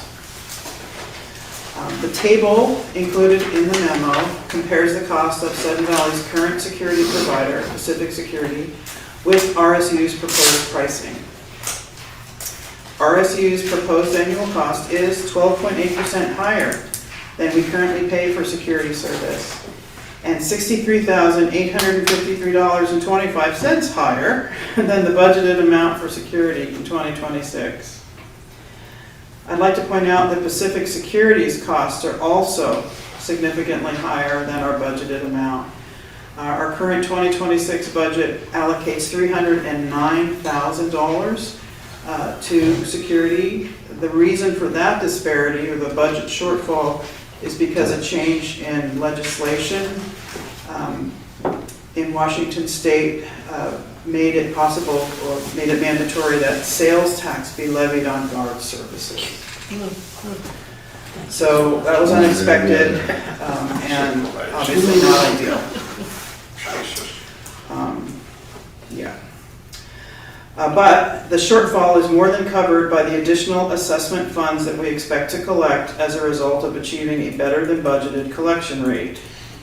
So this is timely because Joel just went over it, but our budget assumes that we have a collection rate of 95%, and since 2022 we've been getting 97 to 98%. So if we again achieve a 98% collection rate, Sudden Valley will collect an additional $186,541.90 in assessment revenue. And about half of that, $96,740.62, will go into operations, which obviously more than covers the shortfall. So those are the facts. I know that you will all have many thoughts on this. But to get that conversation started, I will state my request that the Sudden Valley Board of Directors approve the proposed change of provider for Sudden Valley Security Services and authorize the general manager to execute a contract with Risk Solutions Unlimited. Do you know if Timothy's still going to be on board? Pardon? Do you know if Timothy's still going to be on board? I think everybody liked him, didn't it? Yeah, it would be possible for him to interview, certainly. Do we have any questions? Do you want to make the motion first? Yeah, I certainly can. I'll read the motion. I move that the SVCA Board of Directors approve the proposed change of provider for SVCA Security Services and authorize the general manager to execute a contract with RSU. Second. Timey beat you. Okay. Now, do we have any questions? Linda? Well, let's see. It says here that the first period is supposed to be a trial period, but it doesn't say when that trial period is going to start. And what is our requirement for a term to no longer have them? Is it 60 days for us to indicate to Pacific that we no longer need their services? I don't know what the ending date is. Pacific Security their contract is on a month-to-month, so we would need to give them a clear 30 days. And it depends when we give notice as to what the start date would be for Risk Solutions, but obviously we would work that out so there's no lapse. Yeah, is there, but it depends upon how much money, extra money, because it will be definitely an increase each month over what we're paying to Pacific, that's all. And it's, does that mean that they'll start in May and then from May 1st but can't because you need 30 days, so you're probably looking at June 1st for a start date? Yeah, for their trial period? It absolutely depends what the decision of the board is. And I'm just trying to get an idea because it's all extra money, but. Yeah, and my calculations assume a year, and the first year would not be full, as you just pointed out. So, but I wanted to compare apples to apples. So. And you need to know it for next year, definitely. Budget planning right around the corner. Timey, and then sorry. Oh, you're good. You go first. No, that's fine. One of the things when I was in that meeting with them, and one of the things that they said they can do is they can run license plates, which if we have people that are just not following the rules, then we can actually identify them and find them. So, I mean, I would think some of that extra cost we can recoup. So I don't know what things we can specifically end up finding people for, but, you know, being able to have better rule following certainly is a big deal. And as a follow-up, our current process for running a license plate, we can only submit plates to our lawyer. And every time we do that, they charge us between $60 and $80 to run a plate because it takes, you know, they charge us an hourly rate, they're lawyers. They can do it for free because they're subscribers and they do it all the time. So it would be a savings, but it's impossible to calculate. I'm just, obviously it's in our bylaws that we have to have 24-hour security. I just think it's getting terribly expensive. I think we should definitely look at amending the bylaws. Not bylaws, restrictive covenants. Restrictive covenants. Restrictive covenants. Forgive me, I knew you were gonna correct me. I'm serious, that's like trying to change the Bible. Yeah, oh, really, yeah. Well, I mean, I think, it's, you know, amending them, you know, or something we can do. So that's. Yeah, I think it needs to find its way on the survey. Yeah. Definitely. Yeah, that's a great idea. Definitely. Great start. Tom and then Ray? Yeah, I was in that interview as well, and I was quite impressed with these guys. It doesn't sound, they're very selective about who they hire as a security guard. And they have an extensive training program, which in all their security guards are CPR certified. Okay. So it'll be a little bit more hands-on. Yeah. Okay. Yes. That's good. Yeah, I was impressed with their presentation. I like these guys. Thank you, Tom. Ray? Yeah, Joanne, are we still using our vehicles or are they supplying their vehicles? In the proposed contract, we would supply the vehicle and it's budgeted for replacement this year. We haven't brought forward a request for those funds because we didn't want to trash another vehicle, brand new. I did see the big truck up there the other day though. Yeah. Yeah, I saw it too. Yeah. So yes, we would continue to provide a vehicle. So we still got the fuel and all that stuff. Yeah, and that would be equivalent between the two providers. And we asked all the providers to quote on what they would charge us to provide the security vehicles, and it's simply more cost effective for us to purchase a vehicle and supply the fuel and the maintenance. It's cheaper for us to do it than to pay them to do it. And then second on that, since we just ordered the cameras for the marina that can actually identify license plates, we couldn't do anything with that, but I see a benefit of this company that they can track license plates, so that is a plus. It sure is, and it's not that we can't run a plate, it's that we're very selective because it costs us money. So that's included in this. And it would be like Tommy pointed out, it's included in their contract. Perfect. They don't even think about it, so we don't have to be selective. Anything we don't have to pay the lawyer, I'm all for it. Okay, it's too much money. We'll go Mitch and then Linda. Do we need to look at the fines and fee schedule? Because if we're going to run plates and it's a cost or an event, do we have it in the fines and fees to recoup if we assess a fine? Good question.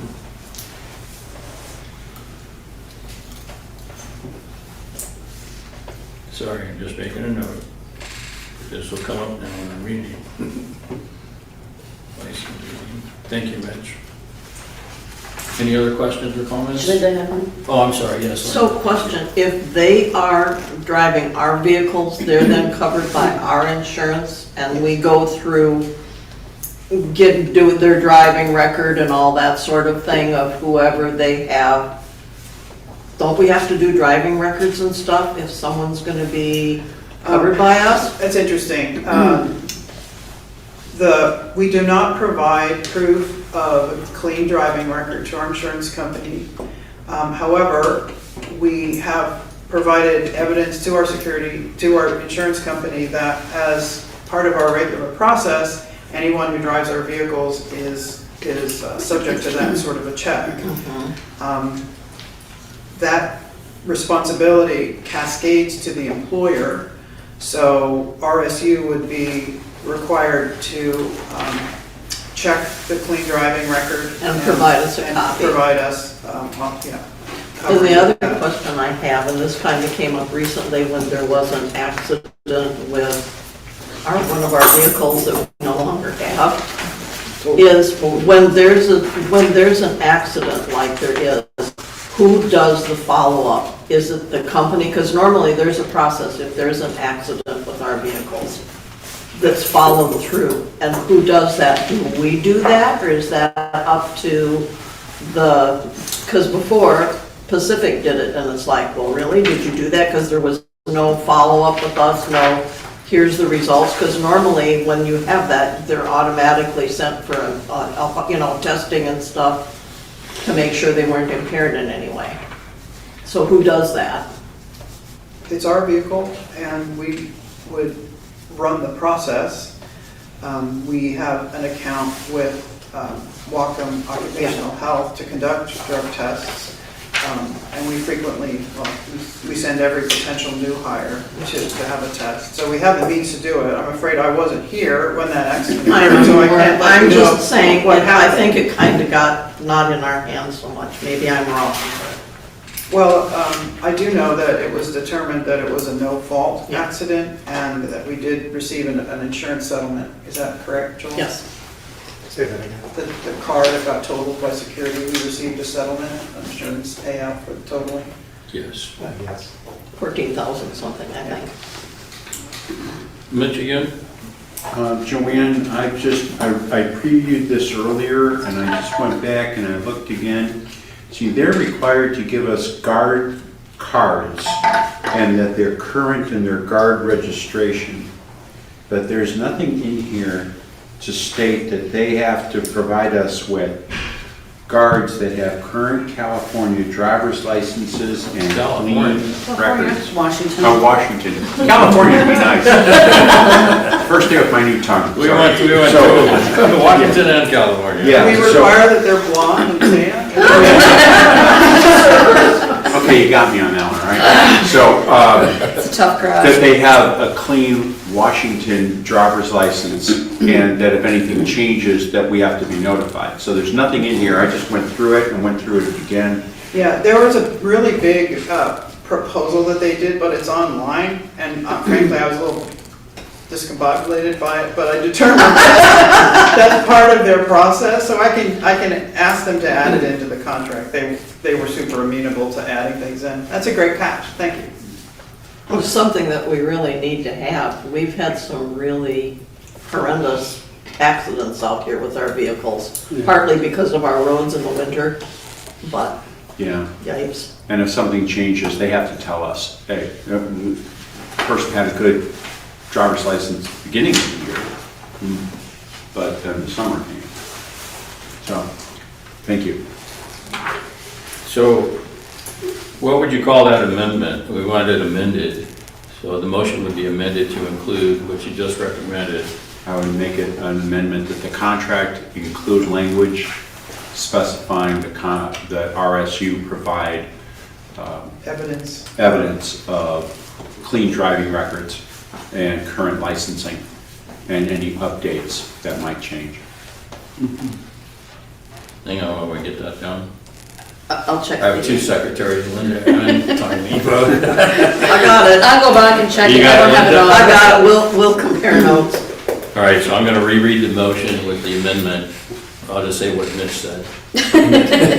But I'll the get it when I secretary do will have it. it, yeah. I will we'll get have it. that, and then it'll be done that way. I move that the SVCA Board of Directors approve the proposed change of a provider for SVCA security services and authorize the general manager to execute a contract, an amended contract with Mitch's wording with RSW. RSU, excuse me, thank you. Change the name, thank you, Tony. All in favor? Okay, that's unanimous. Thank you, Joanne.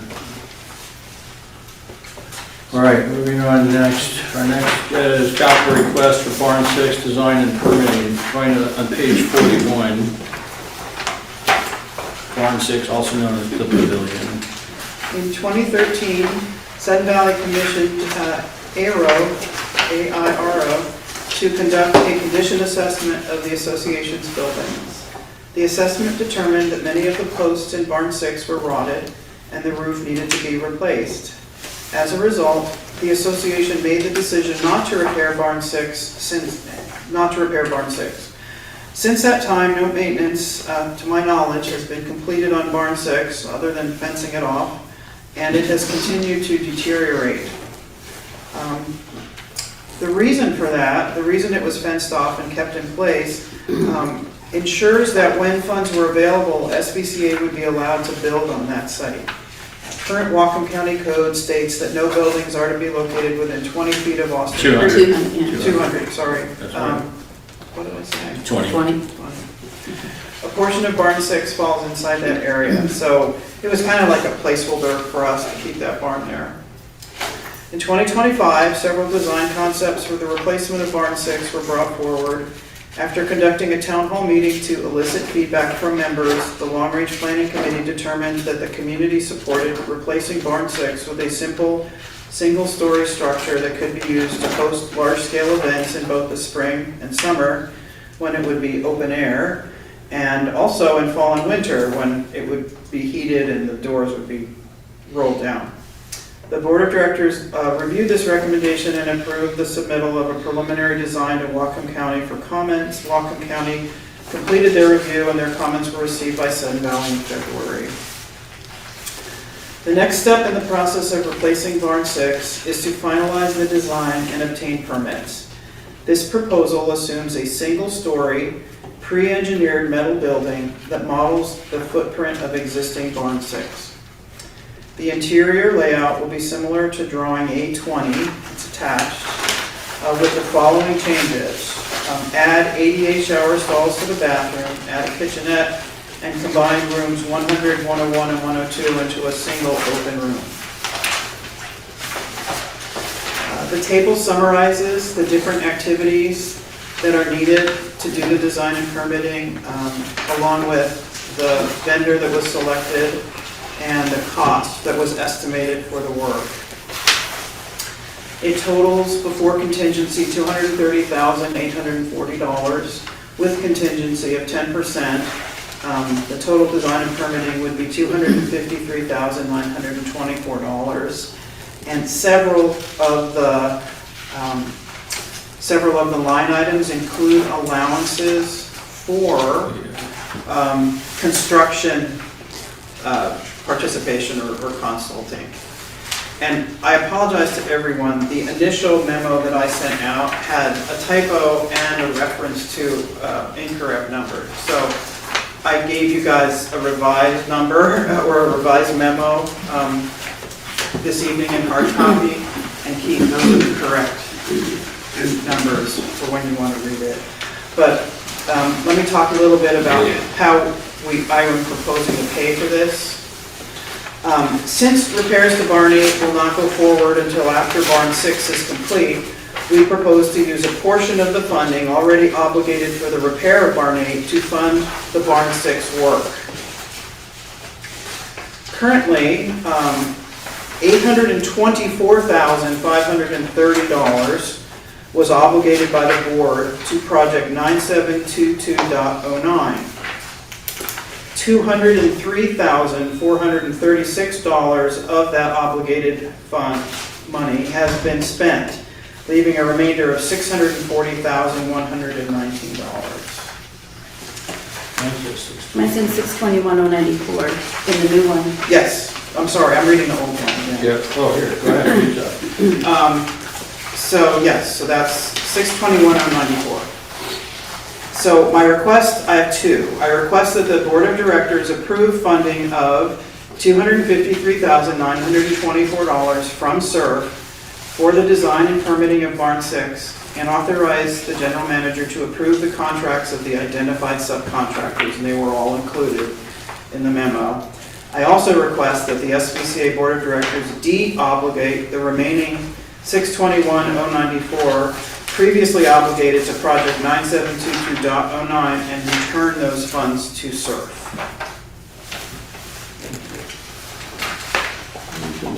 I'll read the notes.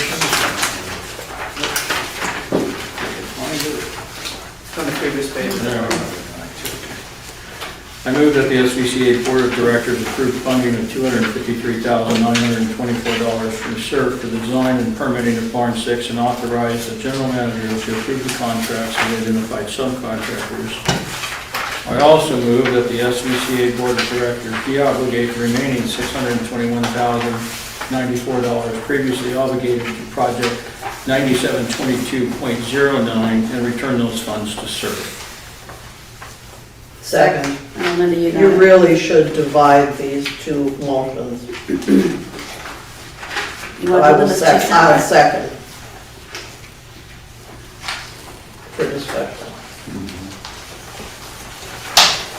Well, they go hand in hand, but we can divide them if you'd like. We should. We really should. They're two very. All right, so I will reread the motions. Oh, you don't have. All right, go ahead. Well, can we get a second on Linda? I would second her. Okay, thank you. All in favor of doing two motions, and I can read it? Okay, we're good. All right, so motion one, I move that the SVCA Board of Directors approve funding of $253,924 from SURF for the design and permitting of Barn 6 and authorize the general manager to approve the contracts of the identified subcontractors. Second. Thank you, Tom.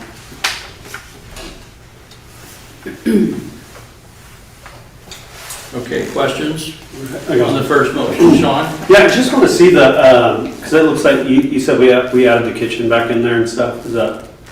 Kitchenette. It's Okay. not, it's really more a break room. Okay. Yeah. I just wanted to see how it differed from, I don't know if you have a picture of the other one that I saw. No, that would be part of the design work. Okay. So this drawing, as I mentioned, is not a final drawing. Okay. And the changes that were bulleted out would need to be made to that drawing. Okay, gotcha. Any additional questions, Mitch? And then Ray? I would ask that if you're going to get the engineering design inspection costs in here, why would we not also say, would you give us a ballpark or a solid 50 or 70% estimate for the cost of demolition? Because we can't do one until we've done the other. Yeah, agreed. That's not part of this, but you are correct. Well, we do need it. We're having the engineering design here. These are the right people to give us back an estimate for knocking it down. So you would like Carletti and Associates to give us a ballpark for demo? Well, there's other contractors that are in here. So while we're doing this, why would we not come in and ask them to give us the cost for knocking the building down so your building will be ready for you to construct upon? So that would be part of the bid package that was sent out as a result of having the completed design. And because we asked whether they could give us an engineer's estimate, and we'd have to, it would have cost us more to ask for that up front. Okay. But that would be the plan, like to get a design that works and is finalized and permission to build, and then it would be submitted for bid. And I'd actually prefer getting the numbers from contractors that are going to do the demo work versus having an engineer just give us an estimate. I will not disagree that a competitive bid is the best estimate. There's no question about it. Yeah. But you have to get the bids. Now, maybe you'll only get one. Now, demolition is not construction. They're separate actions. Yes. And so asking a design build contractor to then also do demolition, well, those are different activities. All right? Of course, but that would be part of that process. Okay, that's fine. That's our intent anyway. Listen, you know what, you've been working this for a while. I was curious where we were going to come up with a number for total cost of the project, and engineering design inspection costs are beautiful. They look really good in here. So preliminary costs also, so we know what the total cost of this is going to be. There's going to be there's going to be some numbers for cost of demolition of the building. That's all. Absolutely. Yeah. We've had people give us back of the envelope counts. Okay. Right. Yes, since this drawing that we're looking at here, sample, that's just a sample of pretty much what we're going to do. We're going to modify that, or that drawing there is an old drawing, actually. That's, I believe, the 2020 drawing. That's the 22 drawing. Yeah. And of course, that will get modified. Yeah. So we did put some funds into the 25 drawing of the lower level. which provided, some rooms and a kitchen. There wasn't a kitchenette. I don't know what the description of a kitchenette is. It's like a break room. Would be considered, I don't know why they call it kitchenettes here in Washington, but anywhere else that I've done them, they're break rooms. So in a break room, you got a The stove, same- a microwave? No stove. No, you can put a microwave, you stove? can plug a microwave on the counter, it'll have a sink, it'll have Refrigerator plug. a place for a refrigerator. So it's mainly for a break room is there a recreation office going to be here? At some point, depending on what we do with Barn 8, this barn, yes, then the recreation office will have to be moved over there. There might be time for meetings and stuff that you may want to use that kitchen area too, if we end up having to put meetings in there. Yeah, because we spent a bunch of time in Long Range on this, going over and over. We was thinking like, it's going to be a while before Barn 8 happens. And temporarily, maybe we had a decent kitchen that we can actually do something with and make some meeting rooms. That drawing is available from Carletti. They did it. We paid for it. You might want to take a look at it. Yeah. We save you some time. Yeah, we look. I can give you a copy. I have it in the trunk. Very good. Any other questions? Linda? I see no sales tax on any of this stuff. And if we're talking at a minimum of 230,000, our sales taxes would be. No sales tax on this, You sure? pretty sure. You sure? Their services. Yeah. Any other? Although the Washington State Legislature. One never could- Don't give him any taxes, or you just saying that. Don't send them our meeting notes, though. I'm just concerned that, sometimes we look at that stuff, and that's one thing I always look for anymore, is did they include any sales tax we Still may a have to service pay? they're not doing. I'm sure they'll try to figure a way to start taxing that. Do we have any other questions?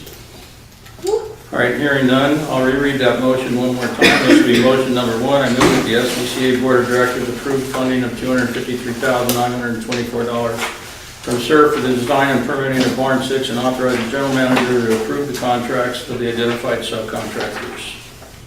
I made the motion, Tom seconded it. All in favor?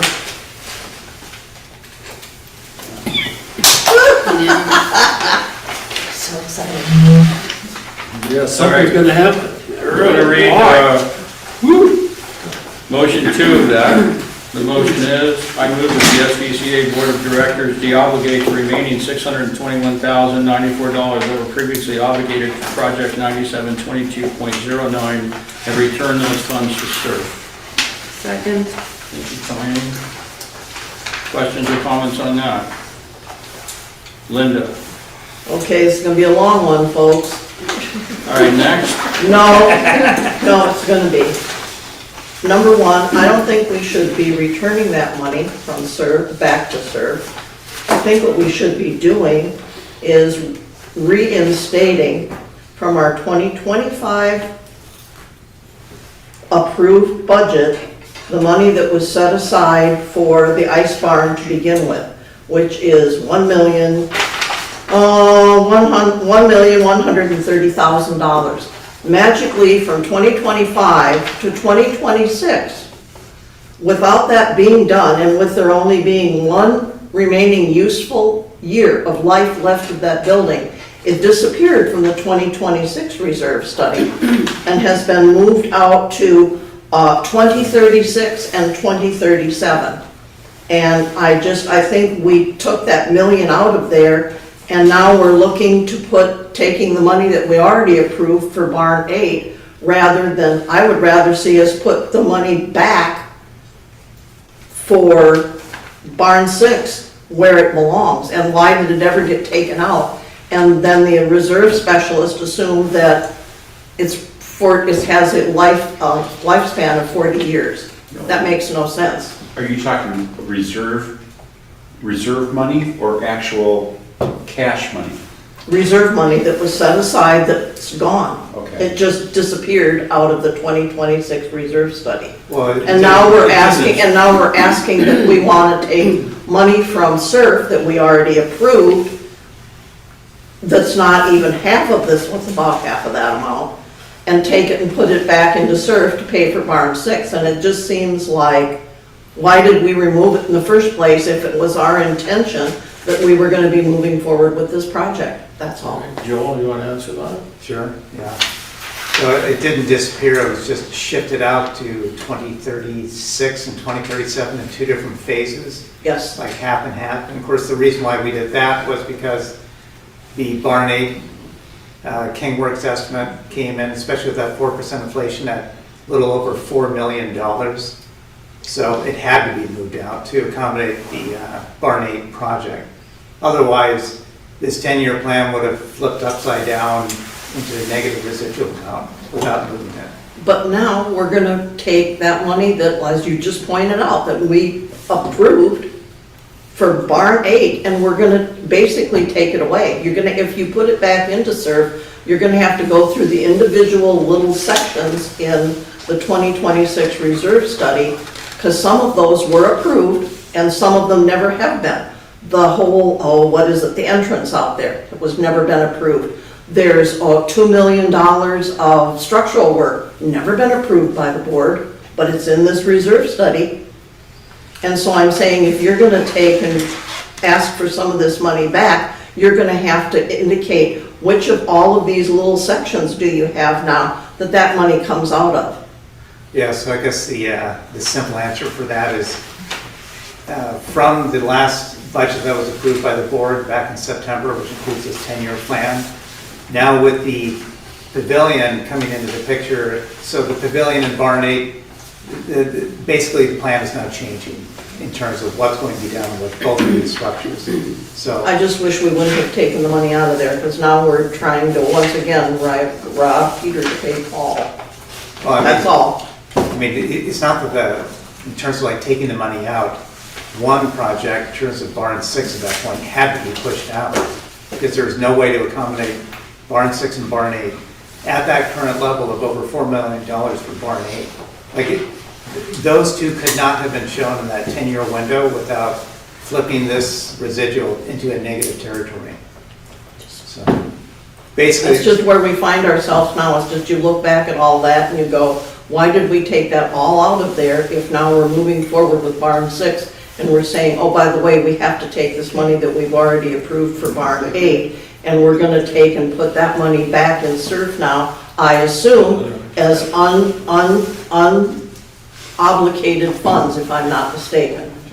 So, every year, the board takes a look at our budget, and I'd like to clarify the language. I believe the document you have in front of you is our SURF budget, which, while it aligns with the reserve study, is different from the reserve study, right?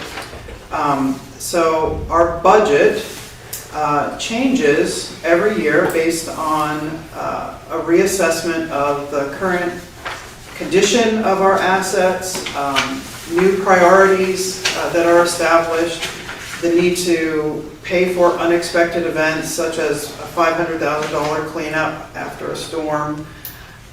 And so changes do need to be made to the budget.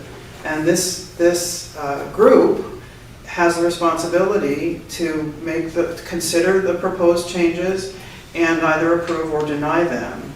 But when the budget was prepared last year, there were concrete numbers that existed for the cost of the recommended repairs to Barn 8. As a result of a lot of work that went on last year, a determination was made that before Barn 8 could be tackled as a project, Barn 6 needed to be replaced to provide overflow space for all of the many activities that happen in this barn, right? So the priority shifted a little in order to accommodate the new understanding and the new plan for proceeding with repairs that have been overdue since the early 2000s. So I share everyone's concern about the high cost of making these repairs and replacing Barn 6, but to take it in stepwise fashion. And last time that we met, we walked through the history of Barn 8 and Barn 6 and other structures here in the rec corridor, and show that there is a logic to the decisions that are being made. So that's my response to your question regarding why things were changed. Thank you, Joanne. Any additional questions or comments? All right, I'm going to read motion 2 again. Motion 2 states, I also move that SVCA, by the way, brought by me and seconded by Tommy. I also move that the SVCA Board of Directors de-obligate the remaining $621,094 previously obligated to Project 9722.09 and return those funds to SURF. All in favor?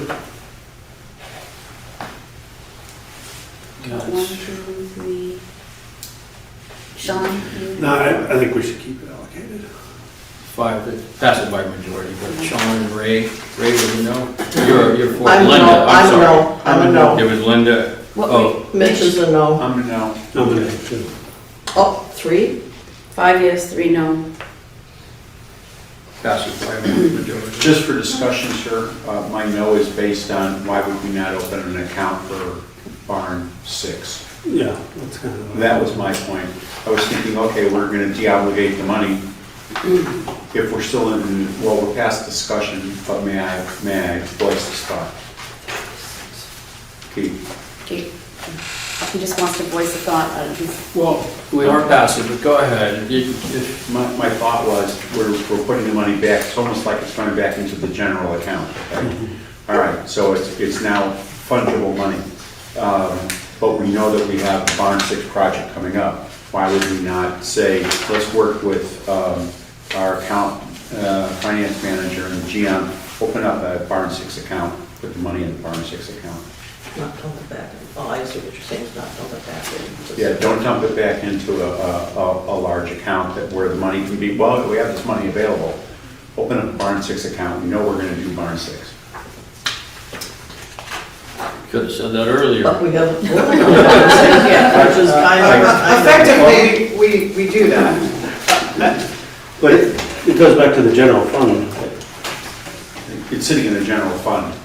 Stick it into Yeah, we gotta allocate the dollars, and also it would sound less, burdensome on the community too. We say, well, we already have 600 and something allocated, and we need a little bit more. We're waiting for our estimates. Yeah. Just go ahead.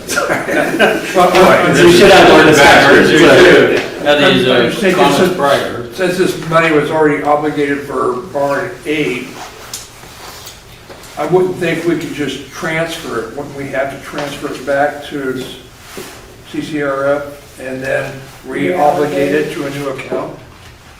Whatever the mechanism is. Do you want to answer that? Well, I mean, like, effectively, it could have been done exactly as Mitch said. Yeah, in a roundabout sort of way, I assume if we continue on this path to barn 6, that's exactly what will happen. Meaning, so like, everything in this capital budget for SURF on the 2026 column, now, unless we were to add a bunch of new stuff, which we have no plans to do that, with the exception of barn 6, if we move forward with the barn 6. So at that point, there actually won't be an opportunity to obligate it for something else beyond these projects that are already on the 2026 column. But the point taken, I mean, it could be an emergency or something, although we have emergency funds. Go ahead. We don't know how much barn 6 is going to cost. At this point. So, And then we bring it back, then it will be obligated to the one. But gotcha. Thank you. But I can tell you this, whether or not you took that dollar amount and said, let's just change the language, instead of being obligated to barn 8, we'll obligate it to barn 6 in this case. If you technically said that versus what's going to kind of happen in reality, the same thing will happen. yeah, the same, The outcome will be exactly the same. Like, for example, hopefully maybe if this makes Linda feel a little better, if we came back to the board and said, now we want to buy, I want to install an Ingle Nook fireplace in the Welcome Center, and I want $600,000 to do that. Then in 2026, yeah, you're right, that's going to start eating into some funds that you would need for barn 6. It's just so frustrating to see us in 1 year move something out and move ahead with barn 8, and then flip around in less than that time that it takes, and we've removed that money, which is over $1 million. It's not 600,000, it's over $1 million we had in there. Yeah. And 900,000 for the, that's what I'm saying. It's just, I'm against it. You guys can do what you want. I'm just saying it's bad financial Well, I mean, feelings. not at all. I mean, from the standpoint that effectively what's going to happen, you could think about it like this, you know, like when you move forward with Barn 6, then the spending plan on Barn 6 moves back in to 2026, and then the Barn 8 obviously is not going to be done in 2026, and that starts to move out at a different cost, because you're probably not, like... Yeah, you'll have to whole read, plan you're has gonna changed. have to figure out which numbers of the Barn 8 stuff you've got picked down to over $4 million worth of stuff. Like the $2 million in structural repairs has to come out. We've never, ever voted to approve that. We've never... Oh, yeah, I mean, like, you haven't voted to obligate those amounts, but the... But it's in there as obligated money that was voted on by the membership that got put in there. But it hasn't been formally obligated by the board to actually spend that money. That's true, but that's what I'm saying. Parts of those smaller sections, though, also have had that part of this 600,000 that's left, part of that covers those items, and you're gonna have to look at those and see, because you kind of picked it all apart now. Yeah. That's all. Yeah, that's why I'm saying, like, the Barn 8 situation is kind of in flux in terms of, since we don't know exactly what's going to go on with Barn 8, and whether or not we'll actually spend all that $4 million or not. If we take out the loan, we gonna take out the loan?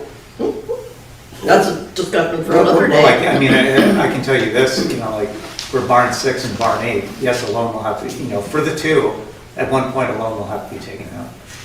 No doubt.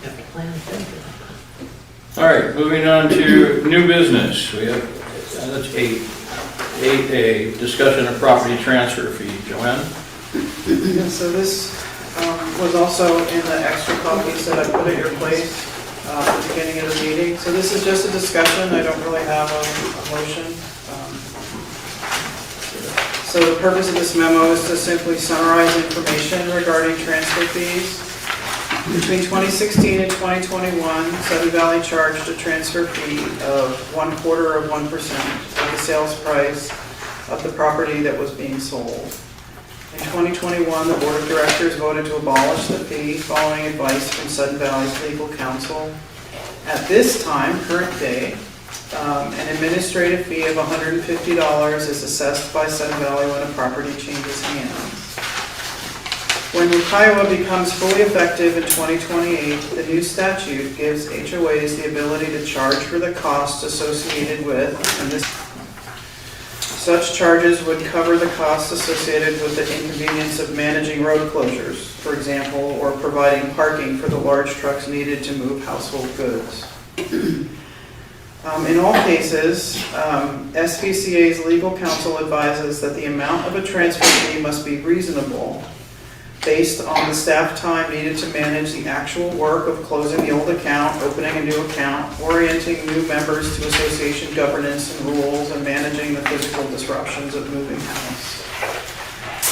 The next paragraph is a legal comment, not an official opinion, but information that was written to us by our legal counsel, Richard Davis. He says, to answer your question on the transfer fee issue, the memos that were drafted back in 2021 and 2022 still represent my current thinking on this issue. As these memos indicate, there is no express authority in the Homeowners Association Act for an HOA to charge a transfer fee. But it has been our advice that transfer fee is likely to be upheld if it is reasonably related to the costs actually incurred by the association in dealing with a change of ownership. That is, administrative costs. Once Sudden Valley is governed by Kiowa, there will be express statutory authority for SVCA to impose such a fee. RCW 6490.405 authorizes the association to impose and collect any reasonable payments, fees, or charges for moving in, moving out, or transferring title to units to the extent provided for in the declaration. The moving in, moving out language seems to contemplate a transfer fee, but again, even under Kiowa, an association is limited to charging a fee that is reasonable. I've researched other states in the past. What I found was that in states that have express statutory authorization for transfer fees, it is generally regarded as a tool to cover the administrative costs involved in the transfer of property ownership. The work involved includes updating the association's records, distributing paperwork to the new owner, setting up a new account, updating mail address, etc. So it's generally a flat fee. So that's the end of the legal statement. Currently, it takes only a few minutes to make the system changes that deactivate an old account and create a new one. Similarly, there is little HOA involvement in the property sale. Sun Valley sends a welcome packet to new members quarterly. Since this activity is completed in batches, it doesn't take very long for each individual property. Looking ahead to 2028, HOAs will have much more involvement in a property sale. Specifically, Sun Valley will be required to provide resale certificates, a document that includes literally hundreds of pages of information about the association and will require several customized reports. A charge will need to be established for preparing those certificates. But again, they're not required until 2028. So at the current time, my recommendation is that our current transfer fee of $150 covers our current costs for supporting the sale of a property. However, in 2028, a fee should be approved to cover the costs of preparing a resale certificate and the cost of securities involvement in managing the disruption of moving vans, etc. And we should add that to the current transfer fee amount. All right, so, yeah, I have a question first. I get to go first. Do you have an estimate, you and I discussed this briefly, but do you have an estimate of what what it actually costs admin? And we talked about the pool guy gets $100 and something bucks an hour, and fees are going crazy for a lot of various jobs, right? What would it actually cost to do that? Fully loaded, and I, with Joel, went and spoke with his staff that execute all of the account changes. And even if we fully load their salaries, the amount of time that they said is more than covered by the $150. It is? It is. Wow. It's strange because most other HOAs are at least 200, at 200 now, if not higher. Okay. I tried, I looked around, I asked everybody, and we thought through the process and just discovered that that's what happened. That's what was reported by staff. Do they know what they're talking about? Right? Well, familiar, I have a condo in Seattle, and every time a property gets sold, they ask for that paperwork that's coming in 28. Yeah. And to get the copy of that paperwork from this condo, it's got 120 in it, every time I list it or something, it's $450. And all they're doing is pushing the button, making copies of all, it's just, if there's any upcoming assessments or financial report, it's just so the new buyer has full transparency. Yeah. But it's a pricey deal. Yeah, it's one thing with condos, it's a completely different thing with houses. At least what I've read, it's completely different with houses. Because it talks about inspections and everything else. And I know that they do that with condos because of the out here. I can't imagine.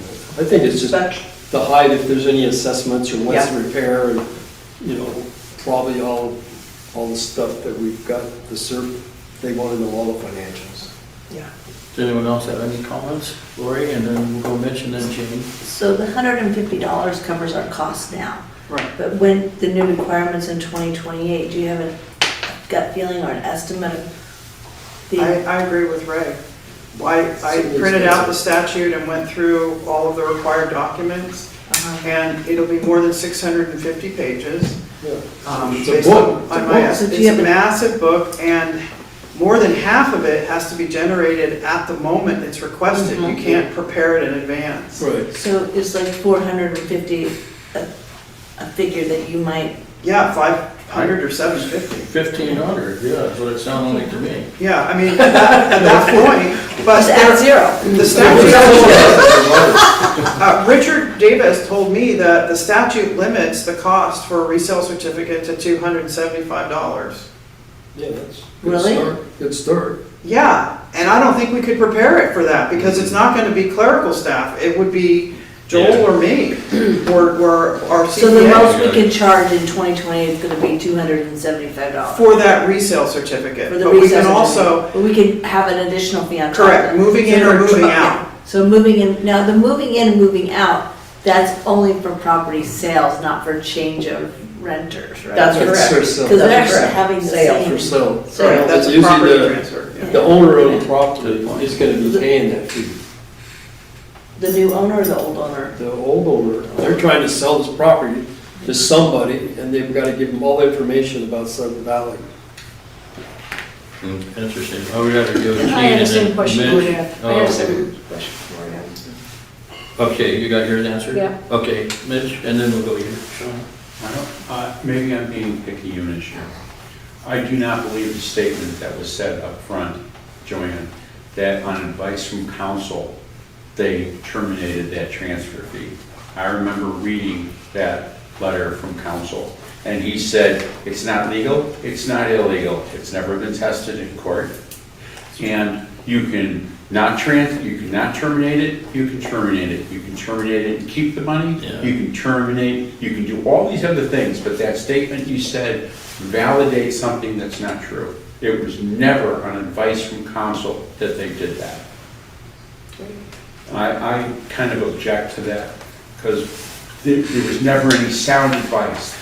That I'll never understand the soundness of their decision to do that. Wasn't a good one. And he cautioned them to And then not we'll go, return the money. Sean? And it. We did. Yeah, but not to- Yeah, so does the documents have to be hard copy? Could they just be emailed to them? Because would you say 600, 700 pages? Like, they could, I mean, digitally would probably be cheaper. Well, it's not, the cost of printing the pages isn't what's driving this. The work that goes into preparing Yeah, to it. prepare, It's the preparation. preparation, Yeah. gotcha. Yeah, they're requesting documents, reports of current financial information that would require a CPA or senior accountant to prepare. Really? Yeah. And some people actually, the thing that's been brought up is, and even in the Wakiowa, is hiring an individual company that just deals with this. And given I'd love to know how many, and see how many homes we sell in a year. Yeah. You know, what turnover is. About 10%. Yeah, kind of sitting with Sean there, that would be wear and tear on a printer. Yeah, for Right, sure. Toner and all that stuff. Reams and reams of paper. Yeah. It will be a couple of printers. Yeah, it would be a nightmare. All right, any other, Tymie? Well, just going off of what Mitch said, because I read that letter too, and 100% agree with what Mitch said. So for reasonableness, can't we justify at least adding $50 onto that $150 transfer fee? I mean, $50 for every house that's bought and sold, everything helps. It's not a big jump, but considering it's not been deemed to be a real problem, why don't we at least add $50 onto that? It's still only $200. Yeah, in the past, when Richard was giving his opinion on it, when he looked at at one point looked at the 125, just looking at that solely from an operating standpoint, then he, was indicating that looked like a fair amount. And then during the budget time, that exactly what you said comes up, from time to time, hey, let's bump this one up. And now it has gone from 125 to 150 in that time. But I've always been a little hesitant to push it up beyond that, just to make sure that that amount is like a fair amount for the time that it takes to do it. If I was pressed and had to come up with a justification based on my interviews with staff conducted last week, I could not do it. That covers their salaries, their health care insurance. Yeah, they're fully loaded rate. The fully loaded rate, okay. Yeah. Just remember, we have the CBA this year to be working on real soon. Then I'll bump up $25.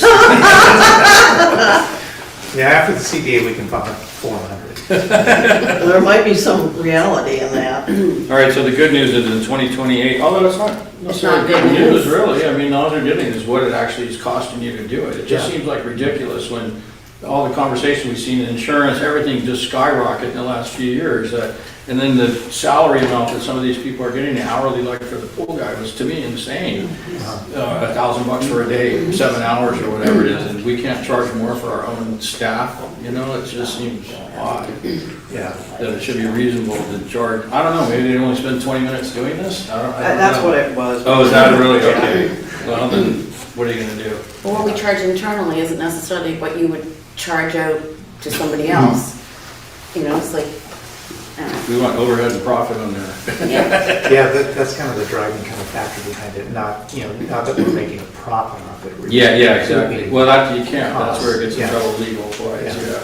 Yeah, So, so it's like, I've never wanted it to kind of go into a territory where it looked like we're trying to make, gouging or something. like a profit off it. Yeah, I just was more optimistic when we had our meeting. I was thinking, okay, good, Yeah, we'll be able I to was do hoping it. to, But with your research work, it is what it is.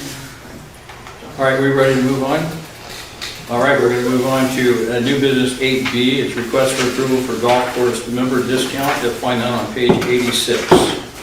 No, Oh, you won't. no, 86 we're on, was handed out to you. Yeah, 86. It is 86. okay, sorry, I skipped that one. Well, that's, oh, we still have this one to do. Yeah. The Board of Directors directed the Long Range Planning Committee to consider revising the current golf fee structure to grant members a larger discount. After discussion with Kevin Leduc, SBCA's golf director, a program was proposed that leaves the current fees in place but offers members discounts in other ways. Currently, members are offered a 10% discount on daily green fees and annual golf memberships when compared to the non-member price. I think they're about 10% lower. The current proposal would offer members a 20% discount on green fees during the week, Monday through Thursday, so that would double the discount offered. Additionally, each household would be offered one free weekday round of golf for up to 2 people and one free bucket of range balls each calendar year. The value of the free round and range balls varies by time of year, but at the peak of the season, the weekday rate is $62 and one bucket of range balls is $10.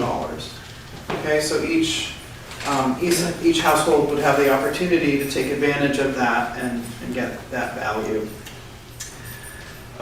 During the discussion about member fees, it came to light that the foot golf program was not contributing to revenue as expected, and if it were discontinued, $15,000 to $20,000 of additional revenue could be collected annually. In the past, foot golf was offered on Sundays after 5 p.m., beginning on the first weekend in June and continuing through the end of August. To accommodate that schedule, no tee times could be sold after 3:45 p.m.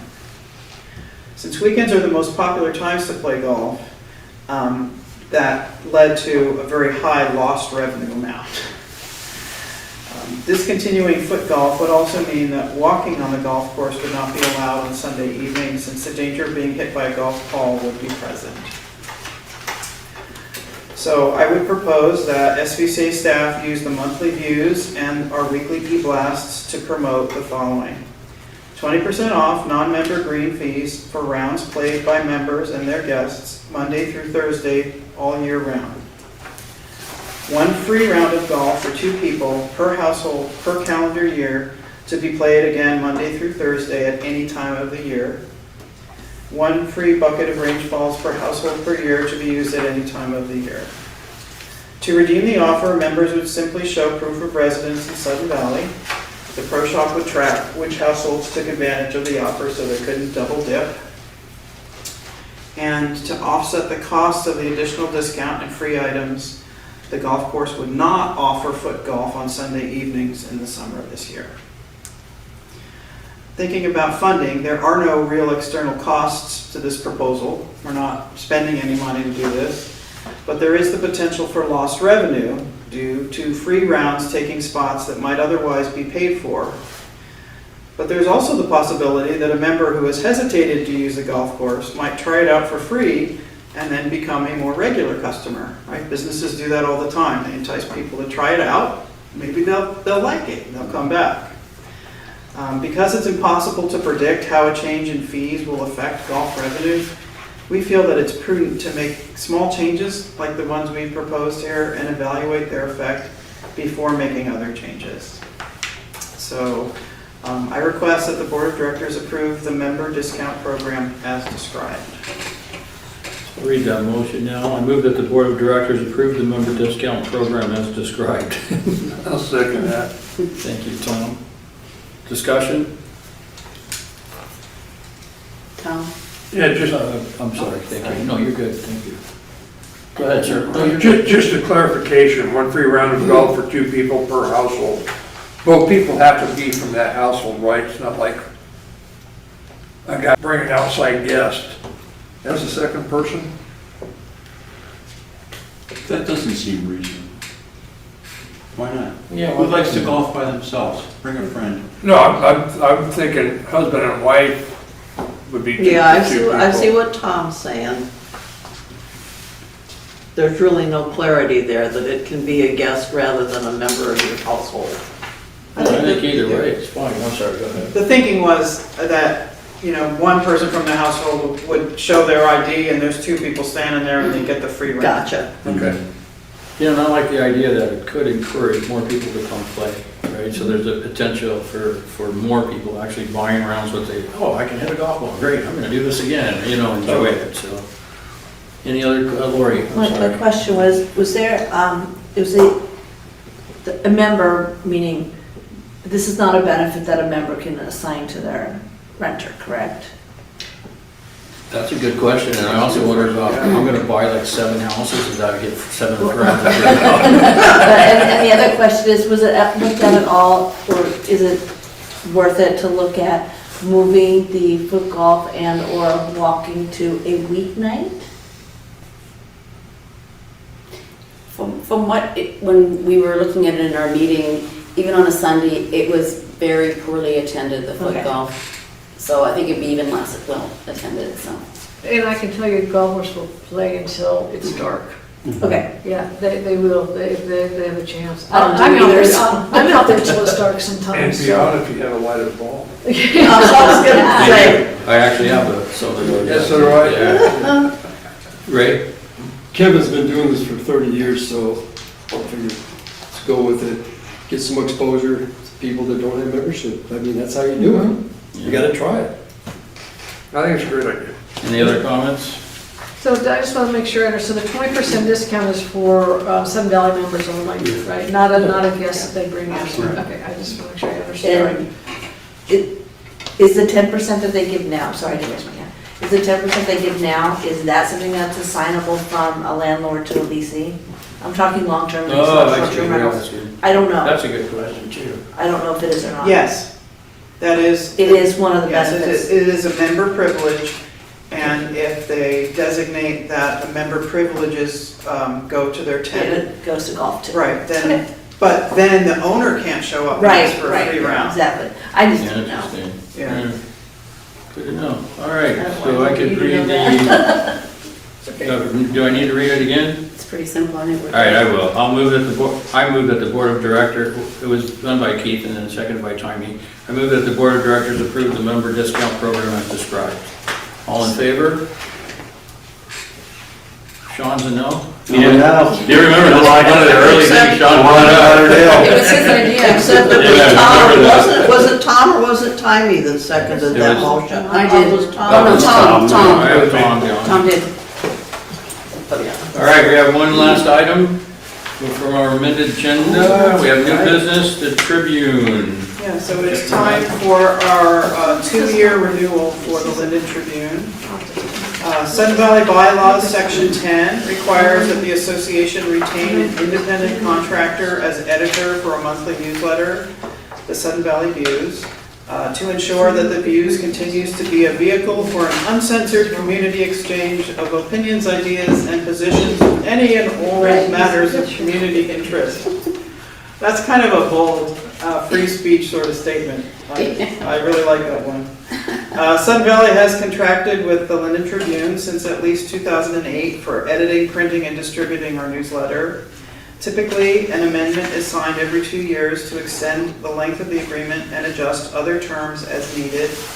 In the proposed amendment, compensation for editing services has remained the same as in the 2024 agreement for $27,000 annually. The printing price, however, has increased as shown in the table below. The last time we signed an amendment, it was $980 printing cost for the 12-page deal, the 12-page newsletter, which is our typical one. And then in 2026, it'll be $1,195.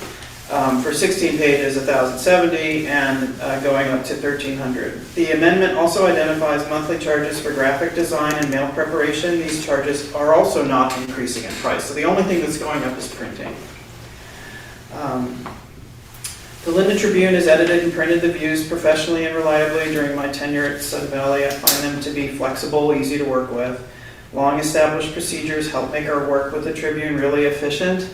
And additionally, there are not many suppliers of this kind of service in our area, so not many options, although there are some.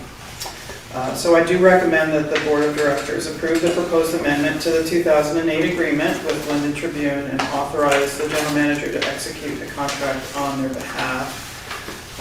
I also want to say that the reason printing is going up is because the Linden Tribune no longer prints in-house.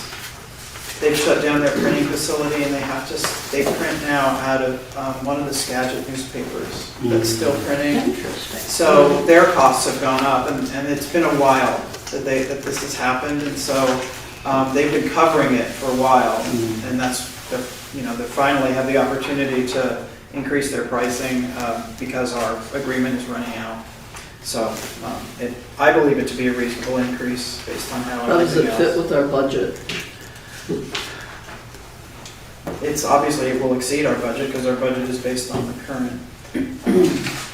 I'll read the motion and then we can get into discussion. I move that the SVCA Board of Directors approve the proposed amendment to the 2008 agreement with the Linden Tribune and authorize the General Manager to execute the contract on their behalf. Second. Thank you, Linda. Questions? Didn't you have a question? We already got it down. I thought I heard you. All right, all in favor? Oh, I'm sorry, you have a question? Yeah, this new cost, $11.95, that's per month, correct? Yeah. Okay. All right, all in favor? That's unanimous. So that's unanimous. I'm gonna make a motion to bring this. All right, that is it. We will adjourn the meeting at 9:39 p.m. Thanks, everybody.